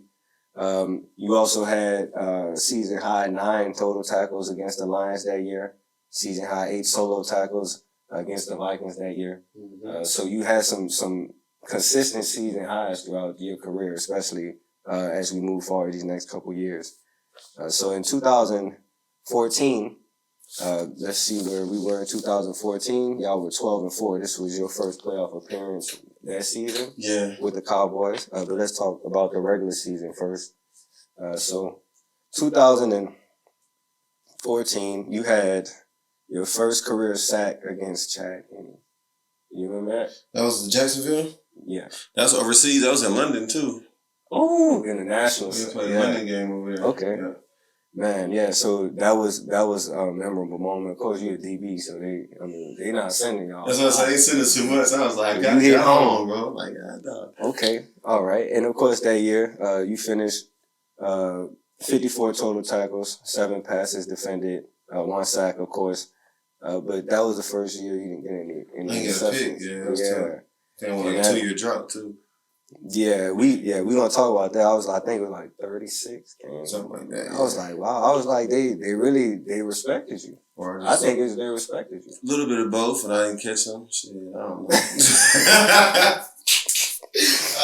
You put a tackle out like, damn, I get over 10 tackles. Either we sorry, they catching balls on your boy today. Man, and y'all did make the playoffs though that year for the first time since you've been there. Yeah. That was a y'all played Detroit. Y'all beat Detroit. You had 6 solo tackles that game. Yeah. And then the Green Bay game. The Green Bay game was that. That was the catch. That was that game, man. Shout out to Dez, man, for real, man. Yeah, it sure was a catch. Golly, man. You want to comment on that? It was a catch. We all know it was a catch. I do too. It was a catch. But honestly, like that year was that was my toughest. That was my most challenging year. Like, yeah, on the field, off the field, whatever. So that year, I think so my son was born in 13. Okay. I think 13. We got scorched by Megatron too. Boy, goodness gracious! I remember that game. Man. I catch a lot of flack for it, but I was like, bro, we in zone half that damn time. Leave me alone. You know what I'm saying? It's like, shut up. Except for the slant. Slant should just tackle and try to go for the strip. But yeah, so I just got into some fans about that like a couple of months ago on Instagram. I was just trolling them, but so that year, so that's why the payback against the Lions the next year was it felt great. So anyway, that 14th season, got married. So I went to London before the seasons. I had to go do like the pre-media blitz, and at that time my mom was like, she had got diagnosed with breast cancer for a second bout in 2013 after that season, right? So January, I remember like it's yesterday. January, at my house, walking outside with my robe on, had a red cup in my hand, about to go get the mail. My dad called me and was just like, I hear in his voice, he's like, man, your mom, like she. It came back, whatever. She had breast cancer. I was a junior in college. Ended up getting like a partial mastectomy. And she was like remiss. She was in remission for like, I feel like it was 5 years, bam. So that moment in January, it was like, damn. Just come off a high of signing for one, playing, coming up with a big come up, so to speak, with a bag, whatever. But it's like, money or your family and health and stuff like that. So it was just like, damn, I was just a lot of things going on in my mind, just trying to move through life, building my family, trying to enjoy my life, reflecting on all the times, mom, good and bad, where I'm just being a knucklehead, not responding, or, I'm out about, so I don't got time for certain things. It was like, now just kind of hit me in the face like, shit. So, I went out. I told my parents, like, I want to stay home. I want to be with y'all. They're like, no, Brandon, like, go for that media. So, like, that was our dream for you to go out there and continue the legacy the whole night. My parents, I don't care. Man, I used to miss funerals, spring break, like family reunions. I was out playing sports, basketball, football, whatever, like, representing, this is what we did, right? So, like, told me to go. Me and my wife, we ended up finishing, like, a couple of days in London. Ended up trying to get away to Paris for a couple of days for, like, our honeymoon. Never had a honeymoon. And while I was there, that's when my dad called me and was like, yeah, they moved her to hospice. I'm just like, I couldn't even enjoy the trip. I was ready to get back home. So I got back home, and the Joneses, like, that's why I love them to this day. They allowed me to, they said, go, take your time off. So I missed the first weeks of training camp. I stayed at home. When I first got home, like my mom, I thought she was not gonna remember me. You know, at that stage, it's like, you know, they kind of transitioning a little bit, so they kind of out of it. But when I walked in that door, she was like, "Brandon, my baby," and I was just like, "Damn." Like that was a good point. So that was 2 weeks. I was able to. There's little stuff that I always remember. Like, you know, she was pretty much bedridden. She couldn't do too much.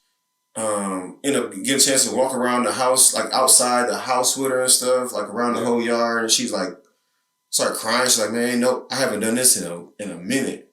And I was like, "Damn, everything just kind of slowed down." You know, I was, let's say, cowboy doing this in the media, all this other than. I was like, I'm back at home, like where it all started with the lady that created me, pretty much like guiding her to her next stop. You know what I'm saying? So that was crazy. It was an amazing feeling, bittersweet.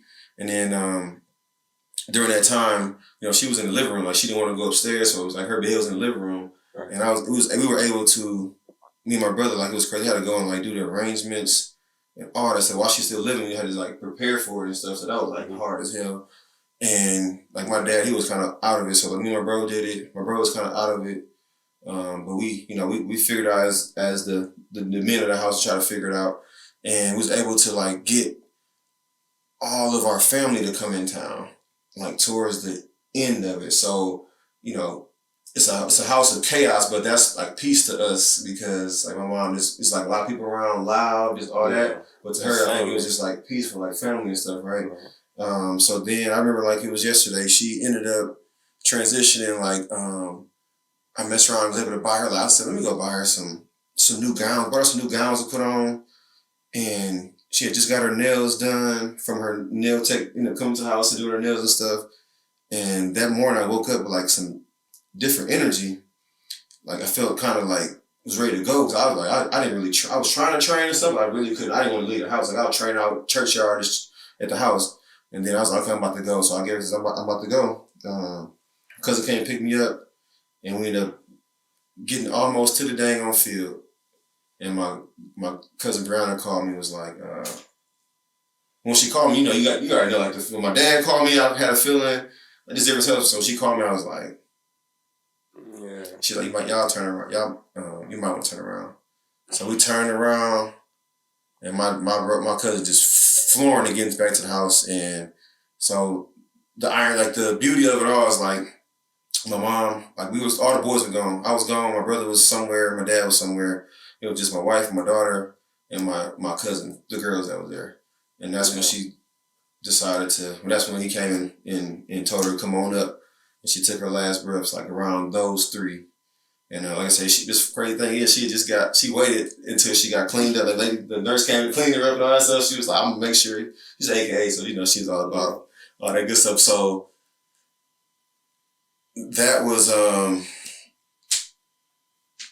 when it just, I don't know, man, life just, everything just changed at that moment.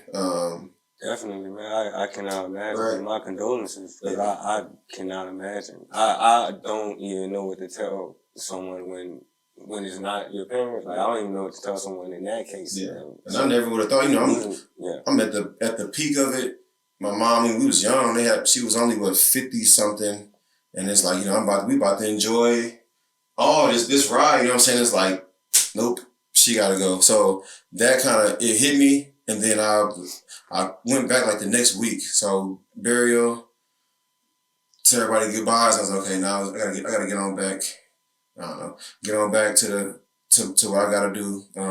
Get back to work. That was tough. I mean, that's not even a chip. That's not even really a chip on your shoulder. That's more so like you playing with a hole in your heart. Oh, that was tough. So like we would win games. We would win games. I think it's only the same year I ended up breaking my I broke my hand at training camp. Maybe that year or the next year. I think it was that year. So I had to go home for another week or whatever. So ended up getting back from like beat the Titans one game, right? Last play of the game, one of the last plays, was me in the back of the end zone, threw it. I was able to like, I don't know how I came out with the ball. I'm working my way to the ground, get to the ground. I'm thinking he catch me, like, damn. My teammates like, no, so they replayed it. Like I worked the ball out, incomplete pass for the game, basically. You know, we get back to Valley Ranch. and everybody going home. I just like went into like the hot and cold tubs. I was in that boy just crying like how can you feel like it's so much going around that's good, but it's like I don't feel happy at all. Like Right. it's Yeah, I'm mad as I'm like really you angry. Like you damn, the like main person I was there really for it. I went through a long period like just being mad. I would say mad at myself, right, for this some of those times I can't get back. Mad at God, like damn, like what? How you give me all this and then you take like I easily trade that back to you. Like let me get my mom back. So then like all that happened. That was like our best season we had in Dallas in the whole nine. But it's like I just now my parents always taught me like we get out here in the open, like I gotta keep it like I'm smiling, doing my stuff. I'm in the schools crying every time I go Mondays to like that's when I started like going to reading to kids and all that. Like I'm just feeling it. I'm feeling her spirit inside me, but I'm just like crying, like couldn't even get through talks and speeches sometimes because just that feeling I had. But like I said, that was a good, awesome season. But I was a start of like that drought. So like between my mom having that on me, and then like can't get the ball in my hands, and then the next year then people started talking, chirping, all that stuff. It was like shit. So I just had to keep battling. That's why I say like man, those couple of years I'm proud of myself for being able to maintain, not like really go off the deep end or like let too much of that stuff like affect me and weigh me down. I can't continue to push through till it finally, happen again. So yeah, that was a tough year, but I don't talk about it too much, but yeah, that was tough. That was real tough. Yeah, definitely. I definitely appreciate you for even opening up about that. I know that was a tough moment to even talk about. But of course, I know that turned around and gave you motivation to keep going. So just moving forward, I mean, now that I know that, I mean, it does explain, the difference in, you can't put 100% in football at that point. Oh man, I mean, you got to worry about life at that point. Yeah. So that's a major change to adjust to, man. So respect to you for that. You still ended up that season having this. I'm sorry, you ended up next season having 8 total tackles. Against the Falcons that year, season high. Mm-hmm. Again, 7 solo tackles, 2015 against the Giants. So you still went ham. I can understand where the emotion was just somewhere else at times. And of course, in 2015, you still ended with a dominant season. I mean, 76 total tackles, 6 passes defended. I mean, so at that point, you had 148 consecutive games. I want to talk about this for a second because this is going to be, we're going to dip and dab by this until we finish now, because at this point is when everybody started to realize, well, a little bit before this point, but they started to realize, okay, his longevity, his body, his health, is something unique about him. You haven't missed 8 games to that point. Yeah. So just talk about that for a minute. I know you talked about it before, just talk about, like you said, how you continue to stay ready, but also how you continue to treat yourself after those hard games when you sore and things like that. Well, it was before that where I kind of got that mentality. Go back to Kansas City with Emmett Thomas, year 3, when he realized like I blew my AC my rookie year. Against trying to tackle Jamarcus Russell. We had like a no push-out rule. So like I blew that thing in first half, played through it, get off the plane. Next morning I'm like, bro, I can't move my arm. So with us, no sick days, none of that. You gotta come on in. We got doctors and everything in the house. So I went in and I'm just like, I can't move it. It's stiff. Like I probably let it sit too long. It's like, okay, you gotta when the X-ray, you gotta spray AC joint. So I'm like, okay, I gotta get the practice on Wednesday. Man, bro, we had the same injury. Yeah. I had the same in my shoulder. You bumped up?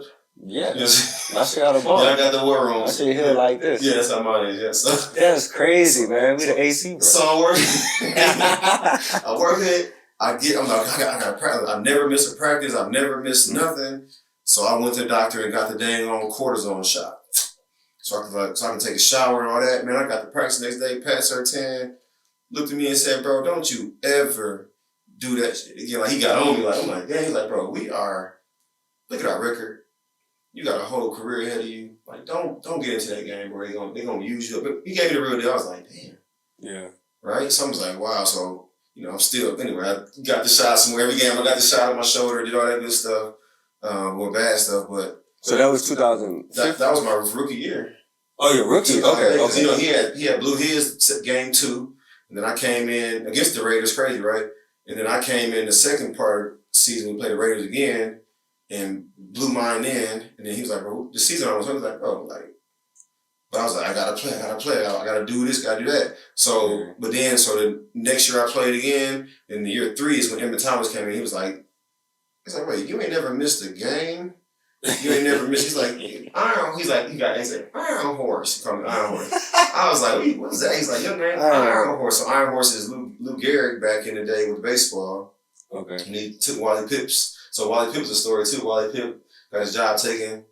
Right, so don't get Wally Pipp. So anyway, Lou Gehrig took Wally Pipp's job and started consecutively for multiple seasons, right? Yeah. So that's where I got the Iron Horse name. That's why I tell boys, you got a nickname within your locker room, your teammates. That mean you doing something good. So all my young boys now, Nick, you got a nickname? What's your nickname? So I call B-Flow, was B-Flow or B-50, he got that big deal.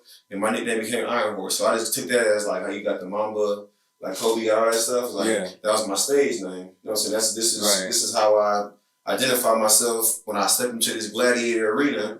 And so from there on, got to Dallas. I got to Dallas in a year. My first year in Dallas, I ended up messing up my Achilles like crazy. I don't even know what happens at the Atlanta game. Get off the plane, I can't walk no more. And that's when my parents finally they came around. My mom and watched me come to my house on Thursday. Like I'm dragging my foot, can't walk, and I get to Sunday like. So I was like, I don't know how I did it, but like adrenaline, crazy. I just had to figure it out, right? So yeah, so he gave me the name Iron Horse. So I took that everywhere. It's like a sense of pride. So I played through all my injuries. I try to practice every day if I can. And then so then I get to year 140 something. That's when I first kind of hear about it. Like, oh, you never missed a game. Just like going through the record, the whole nine. So when I heard that, I was like, that was extra motivation to like keep myself available. Like I may not be leading the picks every year or going to these Pro Bowl and stuff, but for my team that I play for, you can always put me in a game plan week in, week out. I'm always be available. I'm durable. Any storm you put me in, I'm gonna come out that thing. You know what I'm saying? That's how I feel. Like any situation you put me in, I'm gonna battle and figure out a way to come out. Maybe skate up a little bit, but I'm gonna come out and I'm gonna be an asset more than liability for whatever team or coach I play for. So that's why I just started to just relish on that part of my game, just become dependable, durable, and just being there, being solid. True warrior, bro. Yeah, that's the definition of a true warrior. And I mean, moving forward, you did go into 2016. I just want to get your perspective on this. You did take a pay cut that following year in 2016, and I feel like, I'll let you explain why, but I don't feel like that. As much money as these teams are worth, bro, I don't feel like. But I'll let you have that. So they, the year before, it was that talk as well. I feel like the writers in Dallas, they just write crazy stuff, and some people don't really. Once they see it in the paper or they hear it, they think it's like they just start running with that story. So I heard those rumblings like 2015, just different stuff, and I was like, bro, you know how hard it is to come out here and to be one to start, to be a corner. Like don't shit on my career for one play or this or that happened throughout my career. Like I got hella games where I was out there locking down quiet games. You know what I'm saying? Like it's quiet and doing my job. No, that's what I love. That's what I love about it. It wasn't about the picks. Like the pick, it was more about how you play defense, one-on-one. Whether you zoned up or you manned up, you up there. Yeah, and the fact, and you don't move. Yeah. You don't move. If they going inside, you go inside. If they're faking you outside going inside, you still waiting until they going inside. That's a lot of film, right? Too much film. I was watching a lot of film, but that season, as a business series, like, okay, I tell boys, like, hey, one of my teammates, Travis Daniels, I talked to him, he was like, B, you can take this little cut because, in June, we sitting out with some of these guys that ain't signed right now. Like, later in this offseason, the money get dry, everybody getting signed, maybe a couple dollars left for a name or two, but it's you'll get less if you play hardball. So he's like, man, you got all you guaranteed. You got pretty much all of you giving them 5 back of the 50, basically. Taking the 45. So I was like, and he's like, you staying in Dallas, Dallas to me, I said, boys, if you can play here and stay here, man, you can do, you can get your foundation business, whatever you want to do. You got 12 to 14 games that's on national television. You have a platform like none other. Wherever you go to Mexico, any country, they know that the star holds a lot of weight. So I was like, that part. And it's like, I've already established myself. This is my team. I loved it. My teammates, the whole nine, right? And I was low-key kind of scared of that market one more time. I was like, damn, I don't want to go back. I don't know what's out there, right? So I was like, I'm going to take this cut with my boys. We're going to figure this thing out.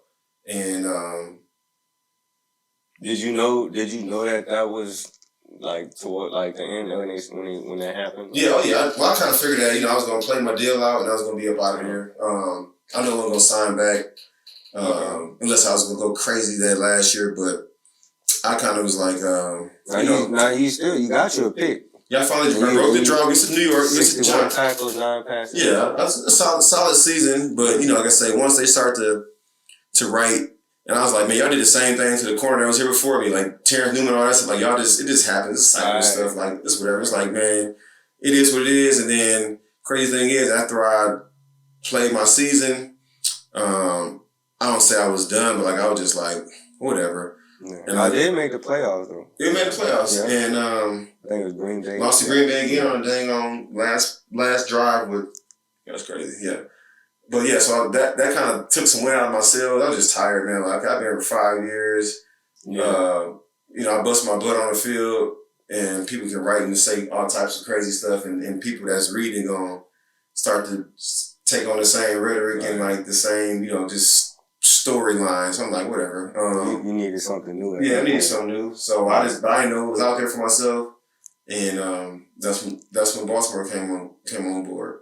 Yep. So before we start with Baltimore, I do want to take a quick intermission real quick. Let us get ourselves together, get some water and all that. So yeah, we'll be right back. You already know what it is. Carr in the building. Flying horse in the building. Yeah.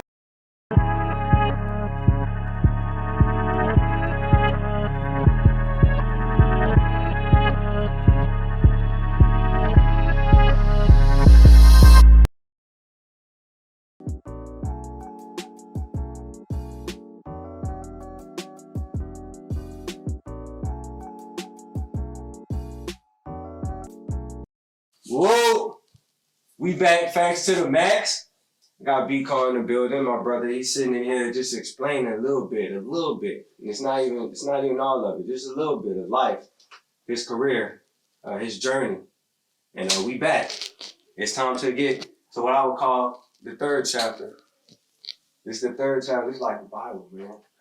This is the third chapter. So we just finished wrapping up 2016, right? So that was your last season with the Cowboys. Just to give you some notables, you did intercept Eli on the season opener that year. 7 solo tackles against the Eagles that year. You broke up a pass in OT to seal the game. Mm-hmm. You did have 8 total tackles against the Vikings that year, and you was moved. That last year, you was moved back to right corner, which was more your style. That's where I started. Okay. Yeah. All right. So they got you in the right place, but they just weren't acting right. I'm gonna just say about the Cowboys. Me and Jerry got a love-hate relationship. You know what I'm saying? So I can understand what you're saying about Jerry, man. Jerry come at you with open arms until he closes them. But yeah. Somebody, I don't know who it is, Oh man. But yeah, so moving forward, you got the call from Baltimore. Any particular player, anybody reach out to you from Baltimore trying to bait you? Nah. It was just a phone call? Yeah, just my agent talking. Okay. And yeah. All right. So you get to Baltimore. I must ask this since we at this part and the Ravens have like a certain culture. Just explain to me from your career 2008 until that first year with Baltimore, what was practice like in the NFL, and how was it different once you got there? How was practices? Well, shoot, when I first got in, it was the old CBA, so we had 2-a-days. We could hit. I think we could wear pads. Well, we didn't wear pads every day, but Monday film after the game. Lift. Tuesdays off. Wednesdays first day of the game plan for the next team, so it's full padded. Thursdays is shoulder pads. Fast Fridays, you out of there.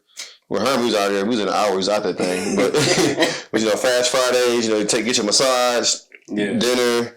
Well, Thursday nights, that's like the night everybody go out. So, hey, DB night, do all that good stuff. Weigh in Friday, crazy. Weigh-ins Friday, practice, get up out of there. Saturday, we got a walkthrough. And you either traveling or you just chilling out, getting ready for the next, or for the night meetings. Night meetings, you got the game on Sunday. What kind of player off the field you like? You let's go out, guys. You like let's chill at the hotel, play. No, well, sure. I mean, I think I enjoy away games more than the home because it's give you better structure. Home games, people coming in town, you got to go back home. The family's like a lot of distractions, so to speak. Right. But away, just like you flying, you get off, you got a couple hours to get around town, eat or something, or check out the mall, whatever you're gonna do. You got team meetings, you got a couple hours for curfew. Get up next day, let's go play ball. Get on the plane, you back out. So were you like when you play, you were a talker in practice? You talk or you quiet? Game? No, I'm quiet. I've always been a quiet person. Mentality. Yeah, I don't really say too much. Quiet, but if you want to bring it, then I'll meet you there. You know what I'm saying? But for sure, I ain't gonna start too much. I'll just be locked in on my stuff. As far as my teammates, take a while to get to know me, I guess. But I'm quiet in the locker room. I just move accordingly, like I've always been, but not like the life of the party, so to speak. Right. Not always wanting to be out. I mean, I go out by myself for the most part. Most times I got older and stuff. I just solo dolo. That's me too. And stay out the way and don't cause a scene. Getting to Baltimore, bro, I didn't even take a visit. I just signed because I was like, whatever, let's go. I just remember Baltimore. We played against them in Dallas my last year. I played against them early on in Dallas my first year. But I remember like the last year in Dallas, just like just feeling their energy from that sideline. They all got the all black on, the coaching staff. I just felt like they was well put together. And they were serious. They were just the whole Ray, T Subs, just like that whole mentality. Ed Reed, just like that whole mentality as I knew. But then we played them. I just like, man, I kind of took notes as I was playing my last year, like just different staffs and teams as we played. Like, I knew the writing's on the wall for myself. I'd be going after this season, so I was like, who would I want to play for? So got the free agency. I was like, majors like Baltimore. I was like, Baltimore. I was like, damn, for real. Man, you fit in well, bro. Man. I'm looking at this roster. You fit in well. Man. I didn't want to go at first. You know what I'm saying? I was like, I'm about to go to Baltimore. That's like going back home. I'm in nice old Dallas. Everything out here is booming. I gotta leave my family for the most part. I was like, because it's the schooling out there compared to here. I just heard a lot of different things. I was like, damn, man, my first plane ride going out there, I already signed, so I just going out there to like meet everybody, all that stuff. I was on the plane, I had so much anxiety, like I just passed out on the damn plane before it took off. Like I would start seeing the stars. And I was like, oh shit, like I'm going. I was like, just go, close your eyes. I just passed out for a minute, sweating. Woke up like, shit. Then I got off the plane and make no better. Got off, it was damn snow on the ground. I was like, oh my gosh, what am I doing, bro? And then, I met the staff, pulled up to the castle. I was like, to Always Mills, and I was like, there ain't nothing around there. Ain't nothing like Dallas. I'm like, hey, where the city at? You go downtown, it's like, shit. I remember my family came like the next week or so, and we was in the hotel downtown. Before we left, I told, at the time, just my son and my daughter, I was like, hey, before we go out in these streets now, just keep your head on a swivel and kind of stay with me. So you're going to see some stuff you ain't never seen, because my kids ain't never been ain't never been in none of the trenches before. I was like, you're going to see some stuff you never seen before. And you see homeless people talking to themselves. There's a lot of different sights and sounds and different things. And crazy thing, my daughter was like, she liked it. She's like, she had ideas, so I want to start a homeless. Like she just had some ideas, she want to do things, and my son just looked around like. So that was the first year there, and I got acclimated really quick. It reminded me of being at home. I'd be on my toes. City kind of gritty a little bit, kind of like where I'm from. And at the end of the day, I loved it. You know what I'm saying? That was a great first year. It was something much needed. Yeah, it was something much needed. Because like as far as Dallas is, Dallas is a beautiful place. but you got a lot of distraction, a lot of different things that's outside noises. In Baltimore, like we playing ball. Yeah. Here I could just be a dog. Yeah, I can just be me. I can wear what I want to wear, say what I want to say, and just go get the job done. So that was a good feeling. Man, so let's talk about your opener with the Ravens. You got your interception on Andy Dalton. Mm-hmm. You remember that? Yeah. Man, you was a dog, bro. I'm sitting here. I'm like, my wrist started hurting. I started writing so much. I went like 2-3 games in a row. Came out to bat them and like the Browns. Yeah, I got busy my first. Yeah, 4 pass defender and a pick against the Browns the next game. Yeah. Y'all came and blew out the Dolphins. Yeah. I mean, y'all. Yeah, that's why I say when you came and you fit perfectly. I mean, this roster is just what they needed. It was nice. They just needed somebody who could swarm them receivers. Yeah, it was. And they had Jimmy Smith on the other side. Shit, he bigger than me. He's a Raven. He's a Raven to the blood in, blood out. They brought back Ladarius Webb. So man, we was loaded. We had Eric Weddle, which is the smartest safety I ever played with in my entire career. Man, yeah, big up to Eric. Man, that man is he showed me that. And I say every stop I learned something. I learned how to be another level of professional with him. Like that guy would, he don't drink, don't do none of that stuff. Like he got his routine, he stick to it. He lift on Friday, Saturday, take care of his body. He do this, he do that. He watching film. He can run. He run the whole meeting. Wow. He run it. So it's like I saw that. So like, okay, now I need to take my game up to the next level of being professional. Did that, and we had Tony. We had what I'm trying to say. What I say? Tony Jefferson. T Jeff. Sorry, T Jeff. Shit.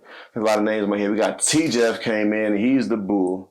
Like he's the muscle. Y'all had Anthony. You had Anthony. That's and Levine. Yeah, I remember Levine. So I seen Levine's. It's like I'm 39, so I know there's ugly numbers and stuff. So I seen 41, but I knew like Levine said Levine senior on his jersey. I'm like, he's a senior. I was laughing. like for a couple of years just watching him. So I got there. I said, you that guy. Like he played every position. Like he played corner, nickel, safety. He did everything, bro. And I got a chance to meet him. Just like. This respect level that I had when I was in Baltimore for all these guys and this program, this organization, like it was a much needed stop, bro. And it was like that literally, I feel like that was my best 3 years of my career and that's on the back end. Like that revitalized me that first year. But like learned how to take care of my body, mentally, physically. My preparations went up another notch and just having confidence and just like the comfort, like to go out there and just play, bro. Just go play. Yeah. And you did. You had a pick both games against the Browns. Just to let you know, you did have a pick both games. At that point, when y'all played the Browns, you were at 160 consecutive games played. That's amazing, and it just keep going.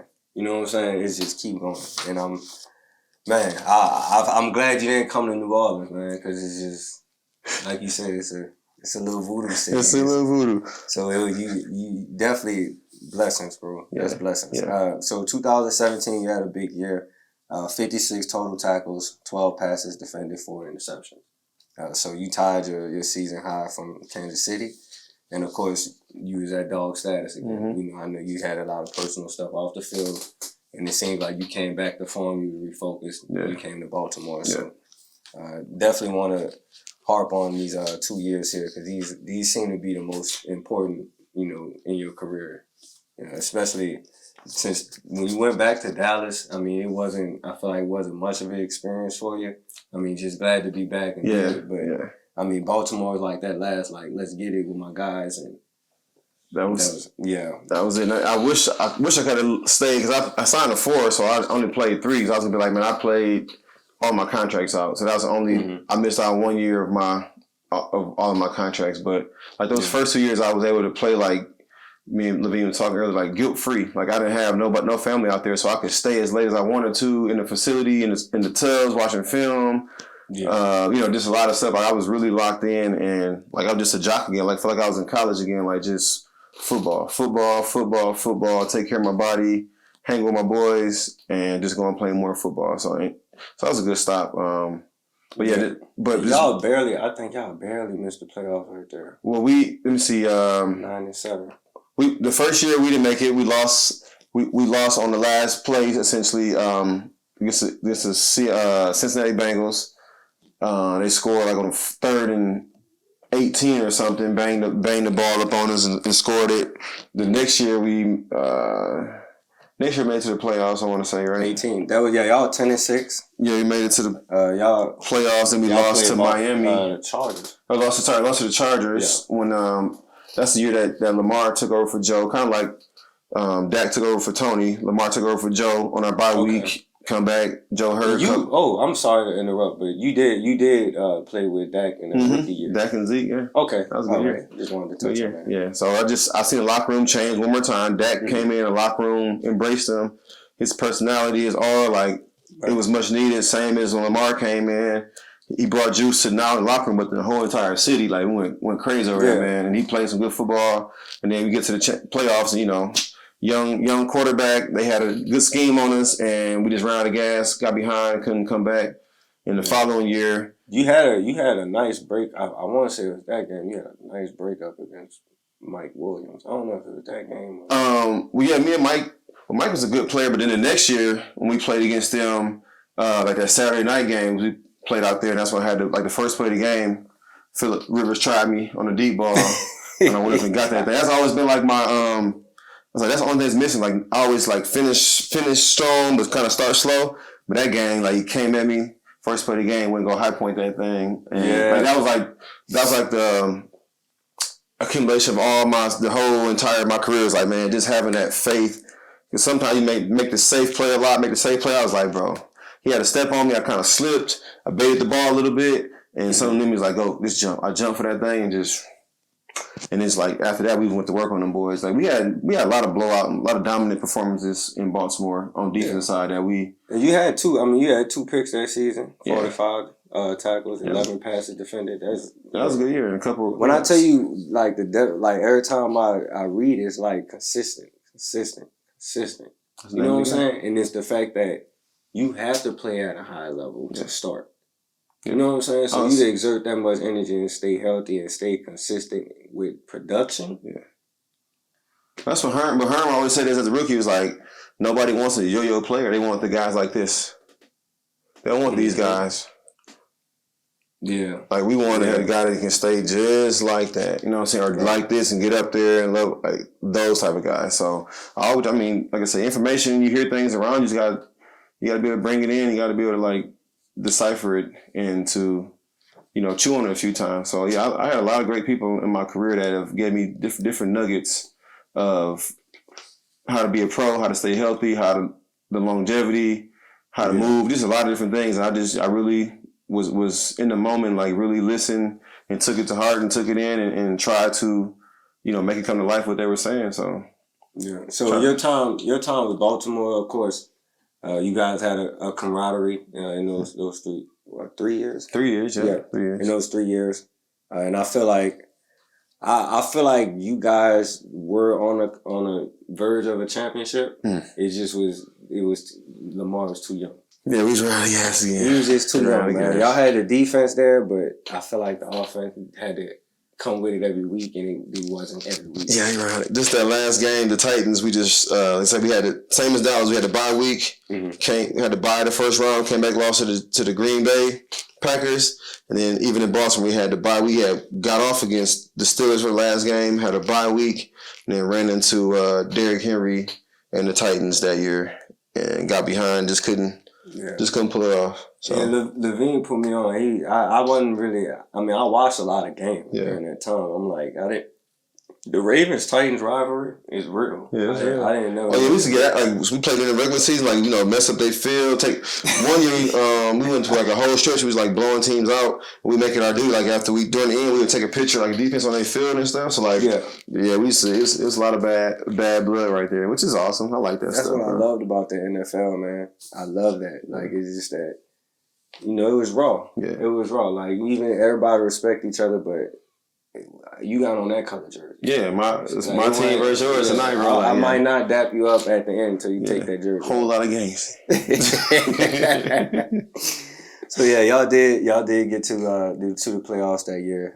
First round exit, but it gave a lot of hope during that year. Y'all 10-6. Yeah. The next year y'all did even better. Y'all got 14-2. Best record in the league. I want to say that was because of the defense, right? I want to say that. I say D-Mar is a defensive. It's a defensive team. It's different from Dallas. Like I was able to even have lunch with Harbaugh in the cafeteria talking to us like, what y'all want to do today? I'm just like, damn, I ain't never had to talk to my coach. And I ain't trying to throw no shade, but it's like, damn, he was really into the defense. He understood like defense wins championships. Yeah, so yes, sir. And then y'all did play Tennessee that year. That's what you were talking about. Yeah. Y'all played Tennessee. Of course, it take a lot of hard work, but it take a bit of luck. You know what I'm saying? To get all the way there and win it. You know, it take a bit of luck. Because, you know, it takes some magic. Yeah. And I mean, I feel like that should have been the year. Yeah. You know what I'm saying? Yeah, it should have been the year. We know. Yeah. And at that point, that year, you had 192 consecutive games played. Now, I do want to ask before I do give the total at the end, did that change? Did somebody beat that recently? I haven't read about nobody beat that. No, just Phillip Rivers got the offensive part of it. But offense. Yeah, defense, I don't really see no. There's probably some guys in the 20s, 30s, but I really don't see the 12 years. I don't think nobody gonna do it like that. Ain't nobody coming through like that. But the thing about that, and even in my last year in Baltimore, Coach Martindale Wink, he made it known in the meetings. He was like, B. Carr, in front of everybody. He's like, you work for this. And he's like, I'll be down if I be the one that's gonna break this streak. So he's like, you gonna start every single game. Period. So that's what and I was like, and at first I was like, man, don't give me that. But the boys like, no, B. Carr, like, because at that point, like my role, I kind of like, I didn't say I let, but like Marlon Humphrey, it's your time now, big dog. I'm turning into Pat Surtain, like I'm the OG in the back of the classroom now. So it's like Marlon, do your thing. You got Jimmy, that's still there. You got younger guys coming into the fold. I'm moving around. I played nickel at that point. I played safety. I played lesser corner. I was like, man, I don't give me off the island. Like my knees, like, all these boys out here running and stuff. I was like, man, but I got into the box and got back. So coach had packages he did a great job of getting everybody included, from Veen to myself. So everybody had packages to get out there on the field. So now I'm getting like opposed to 70-something snaps.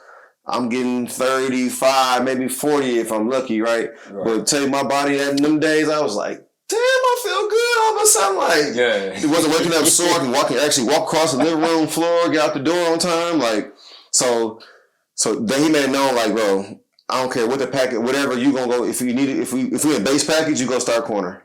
If we ain't did it, like you go boom. So I was like, yeah, and that fits you perfectly. Like I appreciate it. Yeah, I appreciate that part. You know, just he's like, you work for this. Don't take it like a slight or anything. So, you know, I had swallowed my pride with that one as well. It's like, man, if I lose my spot, I lose it. He's like, no, you're not gonna ever lose it unless you just want to give it up. And I was like, well, shit.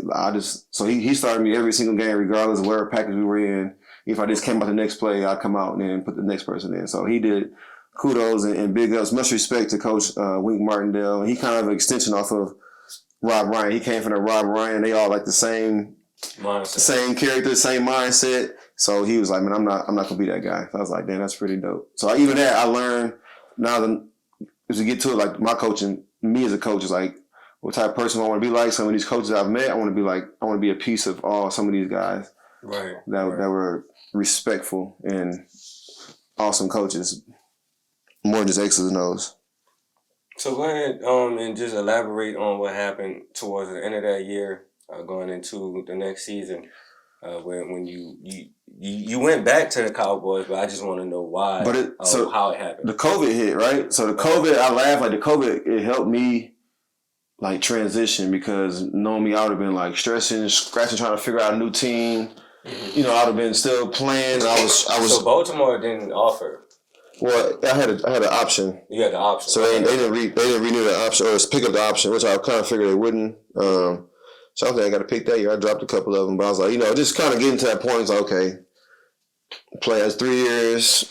It's time for new blood. You know what I'm saying? I was like, at that point, I had kind of missed some training camps. I'm not training, but like OTAs, because I was like, I started to coach more. So I stayed at home in Dallas and started to build my youth teams and coaching more and just being around. Like, I'm good. So in my mind, I kind of felt like, okay, bro, you're getting close to the end, because your mindset has changed a little bit, right? Like your drive is less on this field like this. You still playing, but it's like you really, like to pour into these kids and stuff. So the minute I start missing OTAs, I was like, okay, bro, like what you want to do, B? Like my mind's like, what you want to do? Because now you acting a little differently now, and you not that same person that was there all the time, but you here all the time. You doing this. I'm up late at night, X and O's, even for flag. I'm trying to figure out defense, off, whatever, right?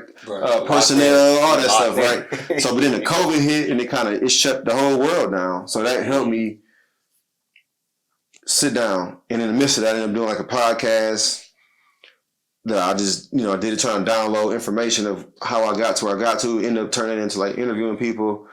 But then it's like kind of segue into let's roll out Iron Horse sports, Iron Horse football, Iron Horse basketball.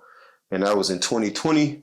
Okay. And that's when I hopped into like the coaching world. And then same thing, I had another robe on. These robes. Had a robe on going to the mailbox at my house. And I'm like just listening, like hear the birds chirping. It's peaceful. It's like 8 o'clock, 9 o'clock in the morning where I normally be at the facility, like getting ready to. I was wondering, like, what do people do right now? Like, I'm always up at 6 there at 7:30 to freaking 5 o'clock, 6 o'clock all the time. Mm-hmm. So I was like, damn, this is pretty cool. Like, I'm just chilling. And then like a week or two later, the Cowboys them calling like Jerry, bro. Yeah, we'll call Brandon. Yeah, call, and I was like, drive 25 minutes down the street, and I was like, let me go do this. And when I got there, it's just like it's new world, man. It's, like I say, it's the COVID year, so I do all the testing and the loophole of being on the roster, active practice squad, all that weird stuff. But then that's when my streak. They broke my streak, or I broke it. However, it broke because I didn't play them. I didn't touch the fields like a couple games. I was like, bro, what am I doing? So that's when I had to ask myself, I'm at practice, not getting no reps. And I'm just like, maybe the communication was, we missed something in communication. Like, y'all wanted me to come coach or something or not play. I was like, I'm still in this playing mode. I'm competitive. I want to come and do this one more time out here. And that's why I was like, okay, maybe this your sign, like getting paid money. Getting paid some, money that people will never make on outside these lines, even if it is like a way down here compared to where you were. I just like, man, my time and my value in other places, like, let me go get, even though my teammates before was like, man, play until they cut you 17 times. Like, nah, I'm gonna go walk away from this. But like I said, we had a little discussion within those walls that kind of led me to be like, all right, B, if you feel this way, like, go ahead and go do your stuff. Go do it. Go get your own thing going and go pour into that and see what's going to happen in the next 10, 12, however many years you pour into this thing, right? Just start now. So I was like, it's time. The streak is over. Like, all this stuff, I'm not playing. I really don't want to be sitting here doing this. I really put my time here. So that's why I was like, okay, it's time to get up out. And then, like, even during that time, I had teams calling, like, even at the end of the year, trying to see if I want to come play. And like, I had worked out for a minute, but after a while, just like, I ain't about to be training like that. I'm over here now. Let me lock in with my son. Let me lock in with artists, with my kids, and these other kids I like to pour into and get this thing going. So yeah. So yeah, once it's unfortunate. Of course, every time when I hear a player retiring, because I know, deep down as an athlete, from me being an athlete, you don't really want to. You just know it. You're fighting against time. You're fighting against times changing. Yeah. So at the point you decided to retire, you had already started to transition into coaching and pouring into kids. Yeah. You also had a foundation, right? Mm-hmm. So when did you first start the foundation? 2012, my first year in Dallas. Okay, so you've been at Carr. Yeah, Carr Carriage. I've been doing that since then. It was childhood literacy. And like when I started that, my mom just like, you better not just be having no dang on football camps and just doing sports. She was adamant about that. She was a teacher. My two aunts in Flint were teachers. So like she was like, use your platform. That's why I made sure when I got into it, even child literacy, I dived in that. I was like, it ain't no discrimination. Sometimes my kids up in the burbs, in the hood, wherever they are, like some of these fuckers can't read now. They illiterate. And it don't even matter sometimes the demographic of zip codes, but I dove into it. I figured out where I need to be down south. Back at home, I kept my initiative running in Baltimore as well. But like, look at the stats. By 4th grade, you read the read and learn to read. And that's how they building prison systems for the next years to come off these kids and this data. So it's like, damn. And then I look at the government. So it's like, where's all the help? Why nobody doing anything? So we gotta use our money that we make to go. And I was like, that's the name of the game. So I was like, let me become an advocate and like figure out how I can move the needle, affect little Johnny, little Joey, little Jill by either showing up, by using my platform to get a initiative or a program started in a school, providing a resource of some nature, getting this like whatever. I was like, let me just figure this part out. So that's why in 2012 I started doing that. Got more direction like 14, 15, and then got to Baltimore, was able to roll it out because everywhere you look, it's like they need help here. So I got in, and then now I get a chance to use that foundation. Now I got the sports part. So everything I've seen growing up, education and sports, I'm putting together now, and I get a chance to like really run this thing and roll it out and meet people and really dive into this world of like philanthropy and just being a mentor, coach, the whole. I mean, you say, what's my job title? I don't know. Recently, I said, man, I got a youth performance group. I got youth teams. I don't know what my job title is. You said advocate. I'm an advocate for these kids. I use sport now to, for one, teach them life lessons, right? But also just to get a common ground so we can talk about whatever it is on their plate. Because everybody become relatable. Yeah, so you relatable. Don't feel like they're alone. Because the more I get into it, the more I see kids that they need it.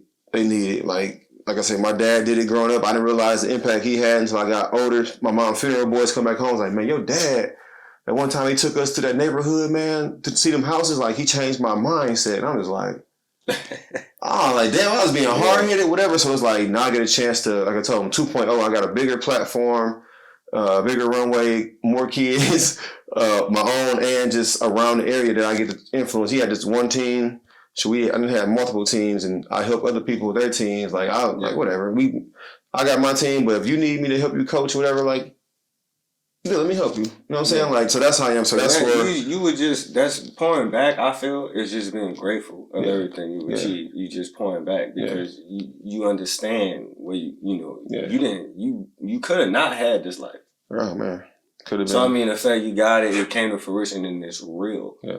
You know what I'm saying? That you gotta give that back. There's nothing else. You can't sit with it 50, 500 million, however much you got. You can't sit with that and just feel accomplished with it. Yeah. If you really, you know what I'm saying? If you really did it out your heart and you know you came from and you struggled to get it, you're not gonna just sit there and be like a rich, a-hole type like some of these people. Oh yeah, I could never do that. Giving back come from you just appreciating. I see myself in a lot of these kids, and it's so competitive out here that some of these kids get looked over at an early age because coaches want these elite teams and this and that. I mean, I want the best teams and all that, but I have confidence in myself that I can take little Brandon Carr with the goggles and mold his, but give me 5 minutes or 3 months or a year or a couple years, your son or daughter, and he's gonna be better. Yeah, they ain't gonna be like always just looking good. Like, it's gonna be some tough times, whether it's gonna be tough coaching or tough moments, or whatever situations. But that's just how life is. It's not gonna always be peaches and cream. It's gonna be those storms, those days where I'm either riding you or whatever. But I can break it down and build you back up. That's how it's gonna be. So like I just enjoy the journey. I lay down at night sometimes. I just finally started hopping into like the performance piece of training kids and charging. You know what I'm saying? Like this is like my fees, but like I just lay down and smile because I'm like, man, today was a good day, bro. Today was a good day. This situation happened, whatever, on the field, off the field, and I was looking at God like, man, I appreciate you for just giving me this opportunity just to not even have to stress about the money, the business part, right? Now I'm getting to business now. It's like the business part was like, no, like you doing this for passion, and that passion, you fine. It's gonna turn into something, boy. It's gonna turn into something more than what you thought of. Something like this next chapter that I get a chance to transition into.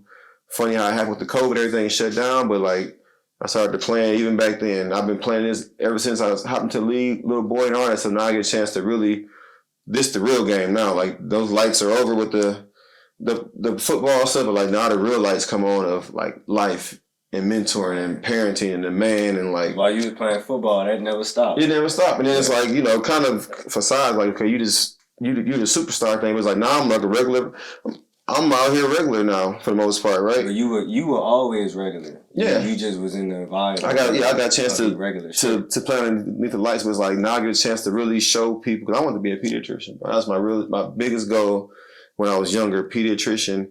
Okay. I was gonna play ball. I got to college in my first year. I was like, this ain't gonna work. I gotta pick one. So like now I get a chance to really like be a doctor. I'm not traditional like I'm in the ER or anything like that, but I'm out here with these kids. Like one of my OGs say, I'm in these streets with these kids trying to make a way, man. Just give them some insight and be relatable as I can to them, but just push them, bro. Just keep pushing. Like everybody gonna be great. You got something in you, but you gotta find and tap into it. And I do just want to take one time to just give you your flowers for your NFL career. Before we move forward, man, congratulations on the longevity, on the accomplishments, the consistency. I do want to give out your career stats here. I did take note of that. 195 total games in a row consecutively played. Bro, you ain't gonna never hear nothing like this again. Not in football. So, I mean, I just want to state that out there for y'all. I'm going to post it on the screen. 703 total tackles. You had 608 solo tackles.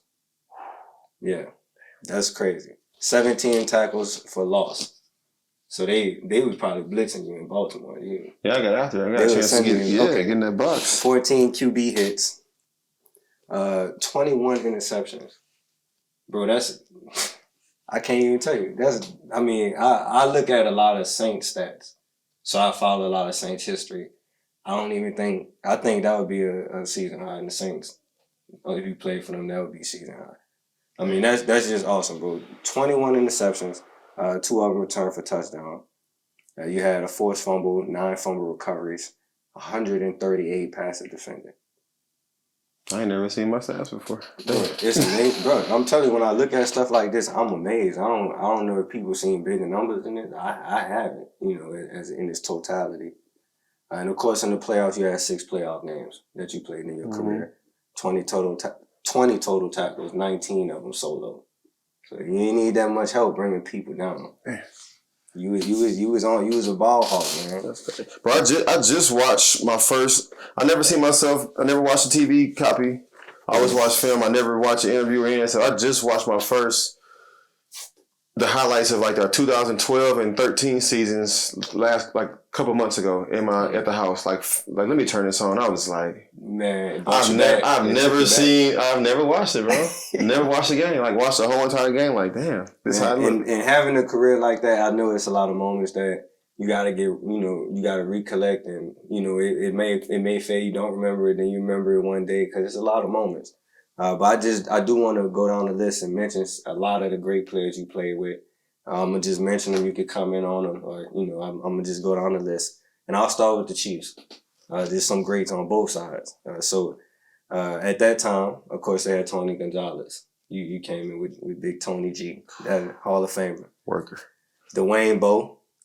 Shaw. Big Bo. Did you guard him in practice? Yeah, I used to guard Bo. I know that was a matchup in practice, boy. Man, let's see. You had Mike Brown, Jamal Charles, Chris Chambers, Dexter McCluster. I love Dexter McCluster. You played with Mike Vrabel that year. Yep.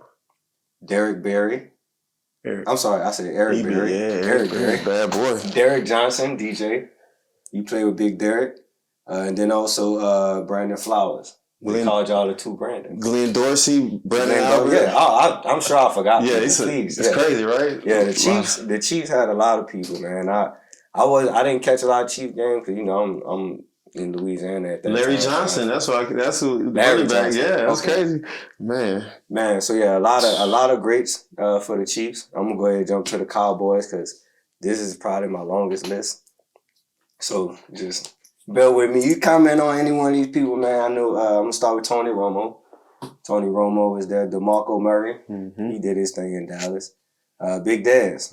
Gotta throw up the extra Dez, man. I got to, man. That was a battle in practice right there, boy. Oof. Yeah. Get to the game, like, bro, I check Dez in practice. Like, what y'all about to do? Nothing. Chill out. That's a bad boy. Yeah, man. Miles Austin. Another bad boy. Yep. Jason Witten, another guy Another who Hall of Fame. longevity, man. A lot of blessings to him. Marcus Spears, Anthony Spencer, Sean Lee, General. DeMarcus Ware, Morris Claiborne, Tyron Smith, Zach Martin, O. Scandrick, I call him O. Orlando Scandrick, Barry Church, Jason Hatcher. You play with Terrence Williams. Terrence Williams actually used to get his hair cut by my barber. Shout out Sean J, my barber. He used to cut his hair when he was playing. Rolando McClain, JJ Wilcox, Night Train. Byron Jones. Byron Jones was a dog. DeMarcus Lawrence, of course. Greg Hardy. And then I gotta put them together. We got Dak and Zeke. I gotta put them together. That was it, bro. That was a good year. And then Cole Beasley. Cole Beasley's actually a family friend of ours. So. Little Will, huh? Yeah. Little Cole, man. Cole was nice. Yeah. And then we're gonna jump to the Ravens. Now the Ravens a lot. I respect the Ravens a lot, man. So I respect their culture. So yeah, Joe Flacco, Terrell Suggs, CJ Mosley, Matt Judon, Eric Weddle. From Grand Valley. Judon came from Grand Valley too. Oh, all right. Shout out. Real proud. He spent his whole college career there, so it was awesome. Okay. It was a blessing to play with that man, and now you see him out there killing them boys right now. Yeah. He's with the Patriots. Yeah. Okay. Yeah. All right. All right. Let's see. We got Anthony Levine Sr. You already know we had to put the senior on cap. Marlon Humphreys, Michael Crabtree, Willie Snead, Lamar Jackson, Mark Ingram, Earl Thomas. I mean, Jimmy Smith. Yeah, it goes on, man. My list is just people that I know. Darius Webb. Yeah, we had Darius Webb, of course, man. And I mean, just loaded. I mean, you played with a lot of talent, but I believe that your confidence was there before you played with these guys. You built your confidence coming out of college, coming out of high school. Yeah. You built that in college, and I feel like that's where it started. I don't feel like you were overwhelmed playing with none of these guys. I feel like you fit well with all these defenses. So, I mean, at the end of the day, I love football. So I dissect football, plays, things like that. I'm not too deep into the coaching part, zones and recognizing zone coverage and all. But I do pay attention to football, every aspect of it. I do pay attention to the athlete themselves. So, I mean, I do commend you on your journey, my brother. What I want to do for you right now, I'm going to ask you a series of questions before we end. You just answer what comes to the top I miss most before you get. I miss most is I miss the locker room, just that camaraderie. Like Sunday through Sunday, I'm getting up, putting this on, I'm going to see my boys, and none of my friends, my wife, my parents, nobody will understand just like that bond from us sweating from OTAs to the end of the season to the whole nine, bro. Like, man, that's crazy. And then we talk about anything you can imagine. We talk about it and counsel each other, all that stuff in them walls. And I also miss, I don't really miss like playing. You know what I'm saying? Like I take that stress away, but I miss like 2-minute drill and third down. Yeah. Like I miss those are like the three things that I miss about like football. And like, of course, the hit, like I miss the aggression part, like being a hit. And get away with it, like that part, bro. Like so, but like playing the game, So let me ask you this: Would you ever consider going back? I thought about it, but I trained like even with the Dallas when I came back to go to Dallas, like I was out there my first hit. I started like damn, my whole back it's in practice. I was like shit, welcome back, old man. But I know if I went back now, I probably would be alright in the game. But it probably take me a good couple months to like get like that speed is different. I train now, but that's a whole nother speed and reaction and all that. But I just know like it probably take me about another 2 weeks to recover. And then, I mean, at that point, you playing against your old self. Yeah. You ain't playing against nobody else but your old self. Yeah. But man, that's amazing that you had that career. A lot of these moments you do remember, and you cherish these moments. I know each team every year for you was special. I know some are more special than others, but I know just to be on a team with a group of guys that's going to fight every year was special, man. So, I mean, definitely retiring. I know you got a lot of reflecting to still do. I do. This helped me right here. I appreciate it, my boy. Oh, no thing, man. No thing. And I got some more questions. I got the first one I do want to ask you, and this is off the top of your head. I just want you to. All right. So I'm gonna go with give me one of your best moments on the field. It could be a play, it could be a game, a whole game performance.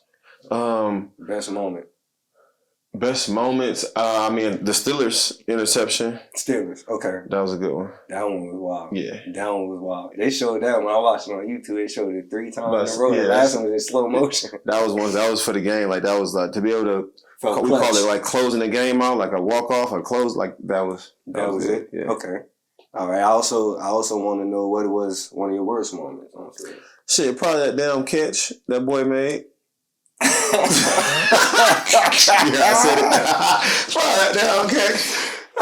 And at the moment it's like, good play, but then I get it, the next day, it's like kind of like spaghetti, and when it's like the next day everybody get to talk about it, it's like, damn, son. Have you ever elaborated and talked about it? Or? Nah, I was gonna save it for a good episode. I have some, because I watched it in slow motion, right? So I'm about to give you this right now. He hit you. She pushed your shoulder. They gonna call that. They want points. Had no control turning around. Yeah, they got no points. If I could do it over again, I just realized like where I'm at, because Eli ain't nobody throwing the ball at the back of the end zone. Like I'd have probably slowed my squeeze down and my run and just picked the ball up. I was like, he ran out and up. I killed the route was dead. Yeah, like it was out and up and yeah, that's the only thing I would give that boy, and I respect him because he LSU boy. I fuck with Odell. I'm gonna say his name. That was some battles, bro. I seen y'all battle in the game, like y'all not that play, but like possession after possession after possession, like y'all. Nah, it was fun, bro. He's a competitor. I will give him. He got hands out this world. Yeah, he got some. That was a good one. But that play right there, I'm talking about. It should have been about 2, 3, 4 flags. You know what I'm saying? It should have been. They threw him on me though, so I'm like, whatever, bro. But that was a good catch. I like between him and Victor Cruz. I think I enjoyed battling him more because he. Okay, that was my next question. Yeah. Of course, a player. So I'm gonna ask this: who is a player that you think outplayed you total game? Shit, I don't know. I'll tell you, outplayed me. I mean, Calvin Johnson. Shit, playing against him. He's pretty damn tough. But a guy that I think is underrated, I had a battle with was Brandon Lloyd. Brandon Lloyd played for the Broncos. He played for the 49ers. Yeah. Brandon Lloyd, man, he made some crazy catches. He was pretty good. He was really good. Yeah, man, I can see that being a battle. Yeah. Because I think people really will try you just because you look long and they don't think speed come behind that. With that speed pop off. I can run. Yeah. Okay. All right. And of course, I do want to get a player you got the best of. A player you shut down, that you feel you shut down. Put him out there. Let me see. I used to love battling AJ Green.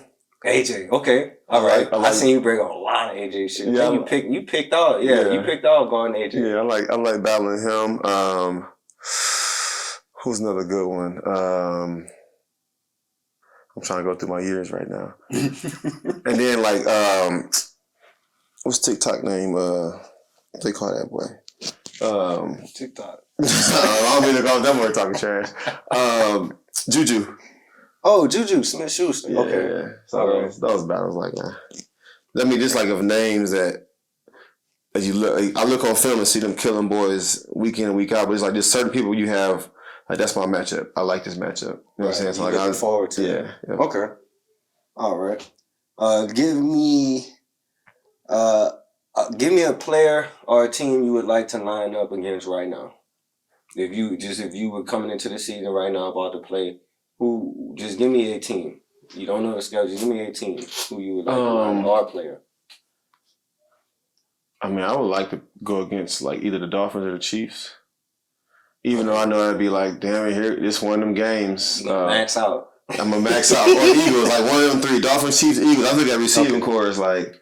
So you want to go at AJ Brown? You want to go? If I had to go, this is my last wish. I'm like, let's go. Like, I'll probably be hurting tomorrow. I want the best. I think those like some of the top like receiving corps around. Like you going Tyreek Hill? So it's funny. Back we played him with the Chiefs the year before.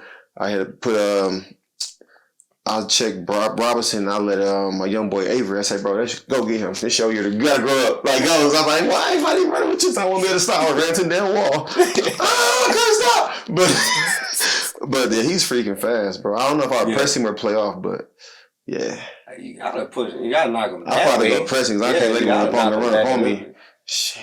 Yeah, that'd be about I know if he cut, I feel like you'd be on him if he cut across the field. Yeah, but like going deep is just a foot. That's what I'm saying. It's gonna be I'm gonna hurt my pull at him. All right. I do want you to give me top 3 teammates that you play with. B Flowers. Okay.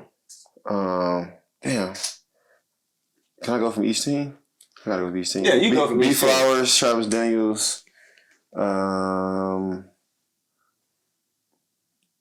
Probably Jared Page as a Kansas City because Pat was only there for a year, and then I go to Dallas. Mo, I just hang with Mo Church and Danny McCray.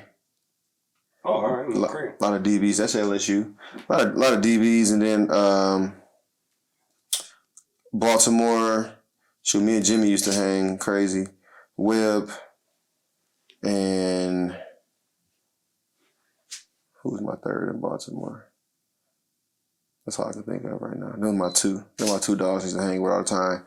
And Levine. See, Levine like me though, we be dolo, so we don't really get out together too much. But I used to be with Jimmy Smith and Webb a lot and B more. Okay. Yeah. All right. So of course we talked about the Carr Foundation. We talked about the your youth program, Iron Horse. Iron Horse, yeah. Okay. And that is, I do have a description here for education, educational literacy and physical fitness for youth. Yeah. Okay. All right. And that is something I'm gonna be promoting for you throughout my show, man. Like every episode I'm gonna be posting that.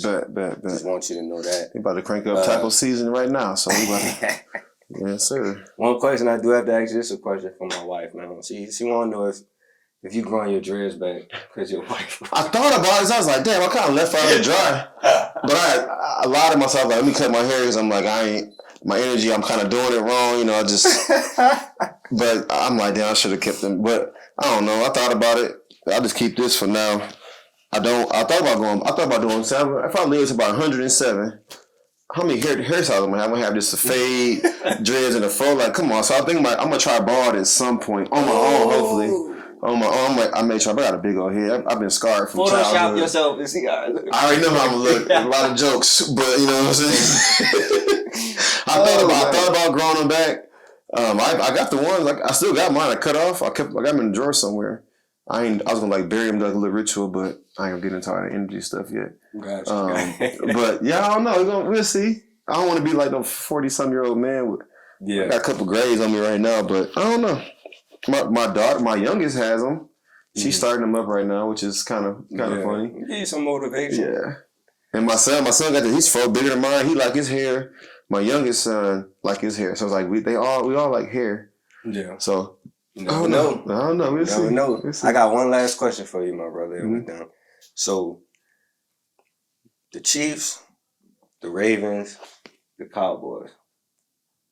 Who you think gonna have a better season and go the furthest this year? Ooh, damn, the Chiefs. The Chiefs? You going to the Chiefs? What? I mean, they loaded, bro.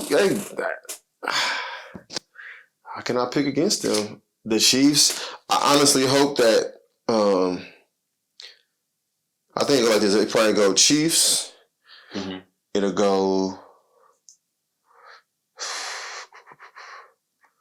Cowboys, Ravens. I think. You think so? But I think they all have winning seasons and make it to the playoffs. I think Kansas City gonna go the furthest. I think so.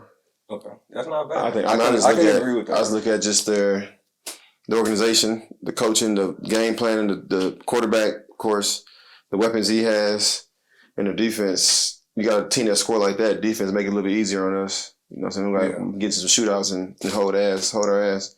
The Ravens, I just hope that Lamar can stay healthy. I'm excited to see his receiving core that he has. Mm-hmm. And if they can get a run game established. And also, I'd like seeing Marlon Humphrey and them boys on defense. Like, I want to see him go and lock everybody down and show boys like he top 5. He top 5 in my opinion. And he played corner, nickel.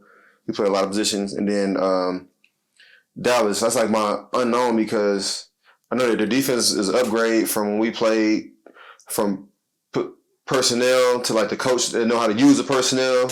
Right. Like Michael Parsons, like all that. Like I'm excited to see it. Question mark on the secondary as always, right? But that could be a good thing. He's got young talent that's ready to emerge, and then the offense. That's the only thing that kind of scared me, like with the weapons, and they kind of get stale sometimes with the offensive play call. I think Dak is. I like him in my top 5. I wish they can give him a little bit more friendlier play calling and let him go out there and just make do some simple things, and then he can show his athleticism and then his just natural given playmaking ability that he always has since college, right? So that's how I look at it. Division wise, I think the Chiefs probably got the easiest one right now. The Ravens gonna be tough. This is always tough in AFC North, and the Cowboys is gonna be tricky too because they got them bad Eagles right there. Yeah. They got Saints going 10-6, 10-7. No, 11-6. I mean, they got extra game. God dog. Yeah. All these games now. Oh yeah, I'm ready. I do a fantasy football. We're about the 16 games, boy. Jeez. But yeah, man, I just want to say thank you so much, my brother. I thank you for sitting here with me. Oh, thank you, thank bro. You for having this appreciate conversation and opening up. This is my first one since I came back out. I'm out the house now, so appreciate you, bro. Give me. Oh yeah, man. We're gonna have you back, man. We gotta finish some other stuff. So we're gonna have you back. I do want to tell everybody thank y'all for viewing into our show. This is episode 2. Iron Man, Iron Horse, Mr. Brandon Carr. I do want y'all to give him his flowers. Definitely. And of course, my name is Deejai. You already know, the host with the most from the East to the West Coast. You know what I'm saying? All that. I can go all day with the bars. You know what I'm saying? We just want to say thank y'all. We wrapping it up. Faxxx to the max, Jack. And we out. Time. And what noise do Cowboys make? Yeah!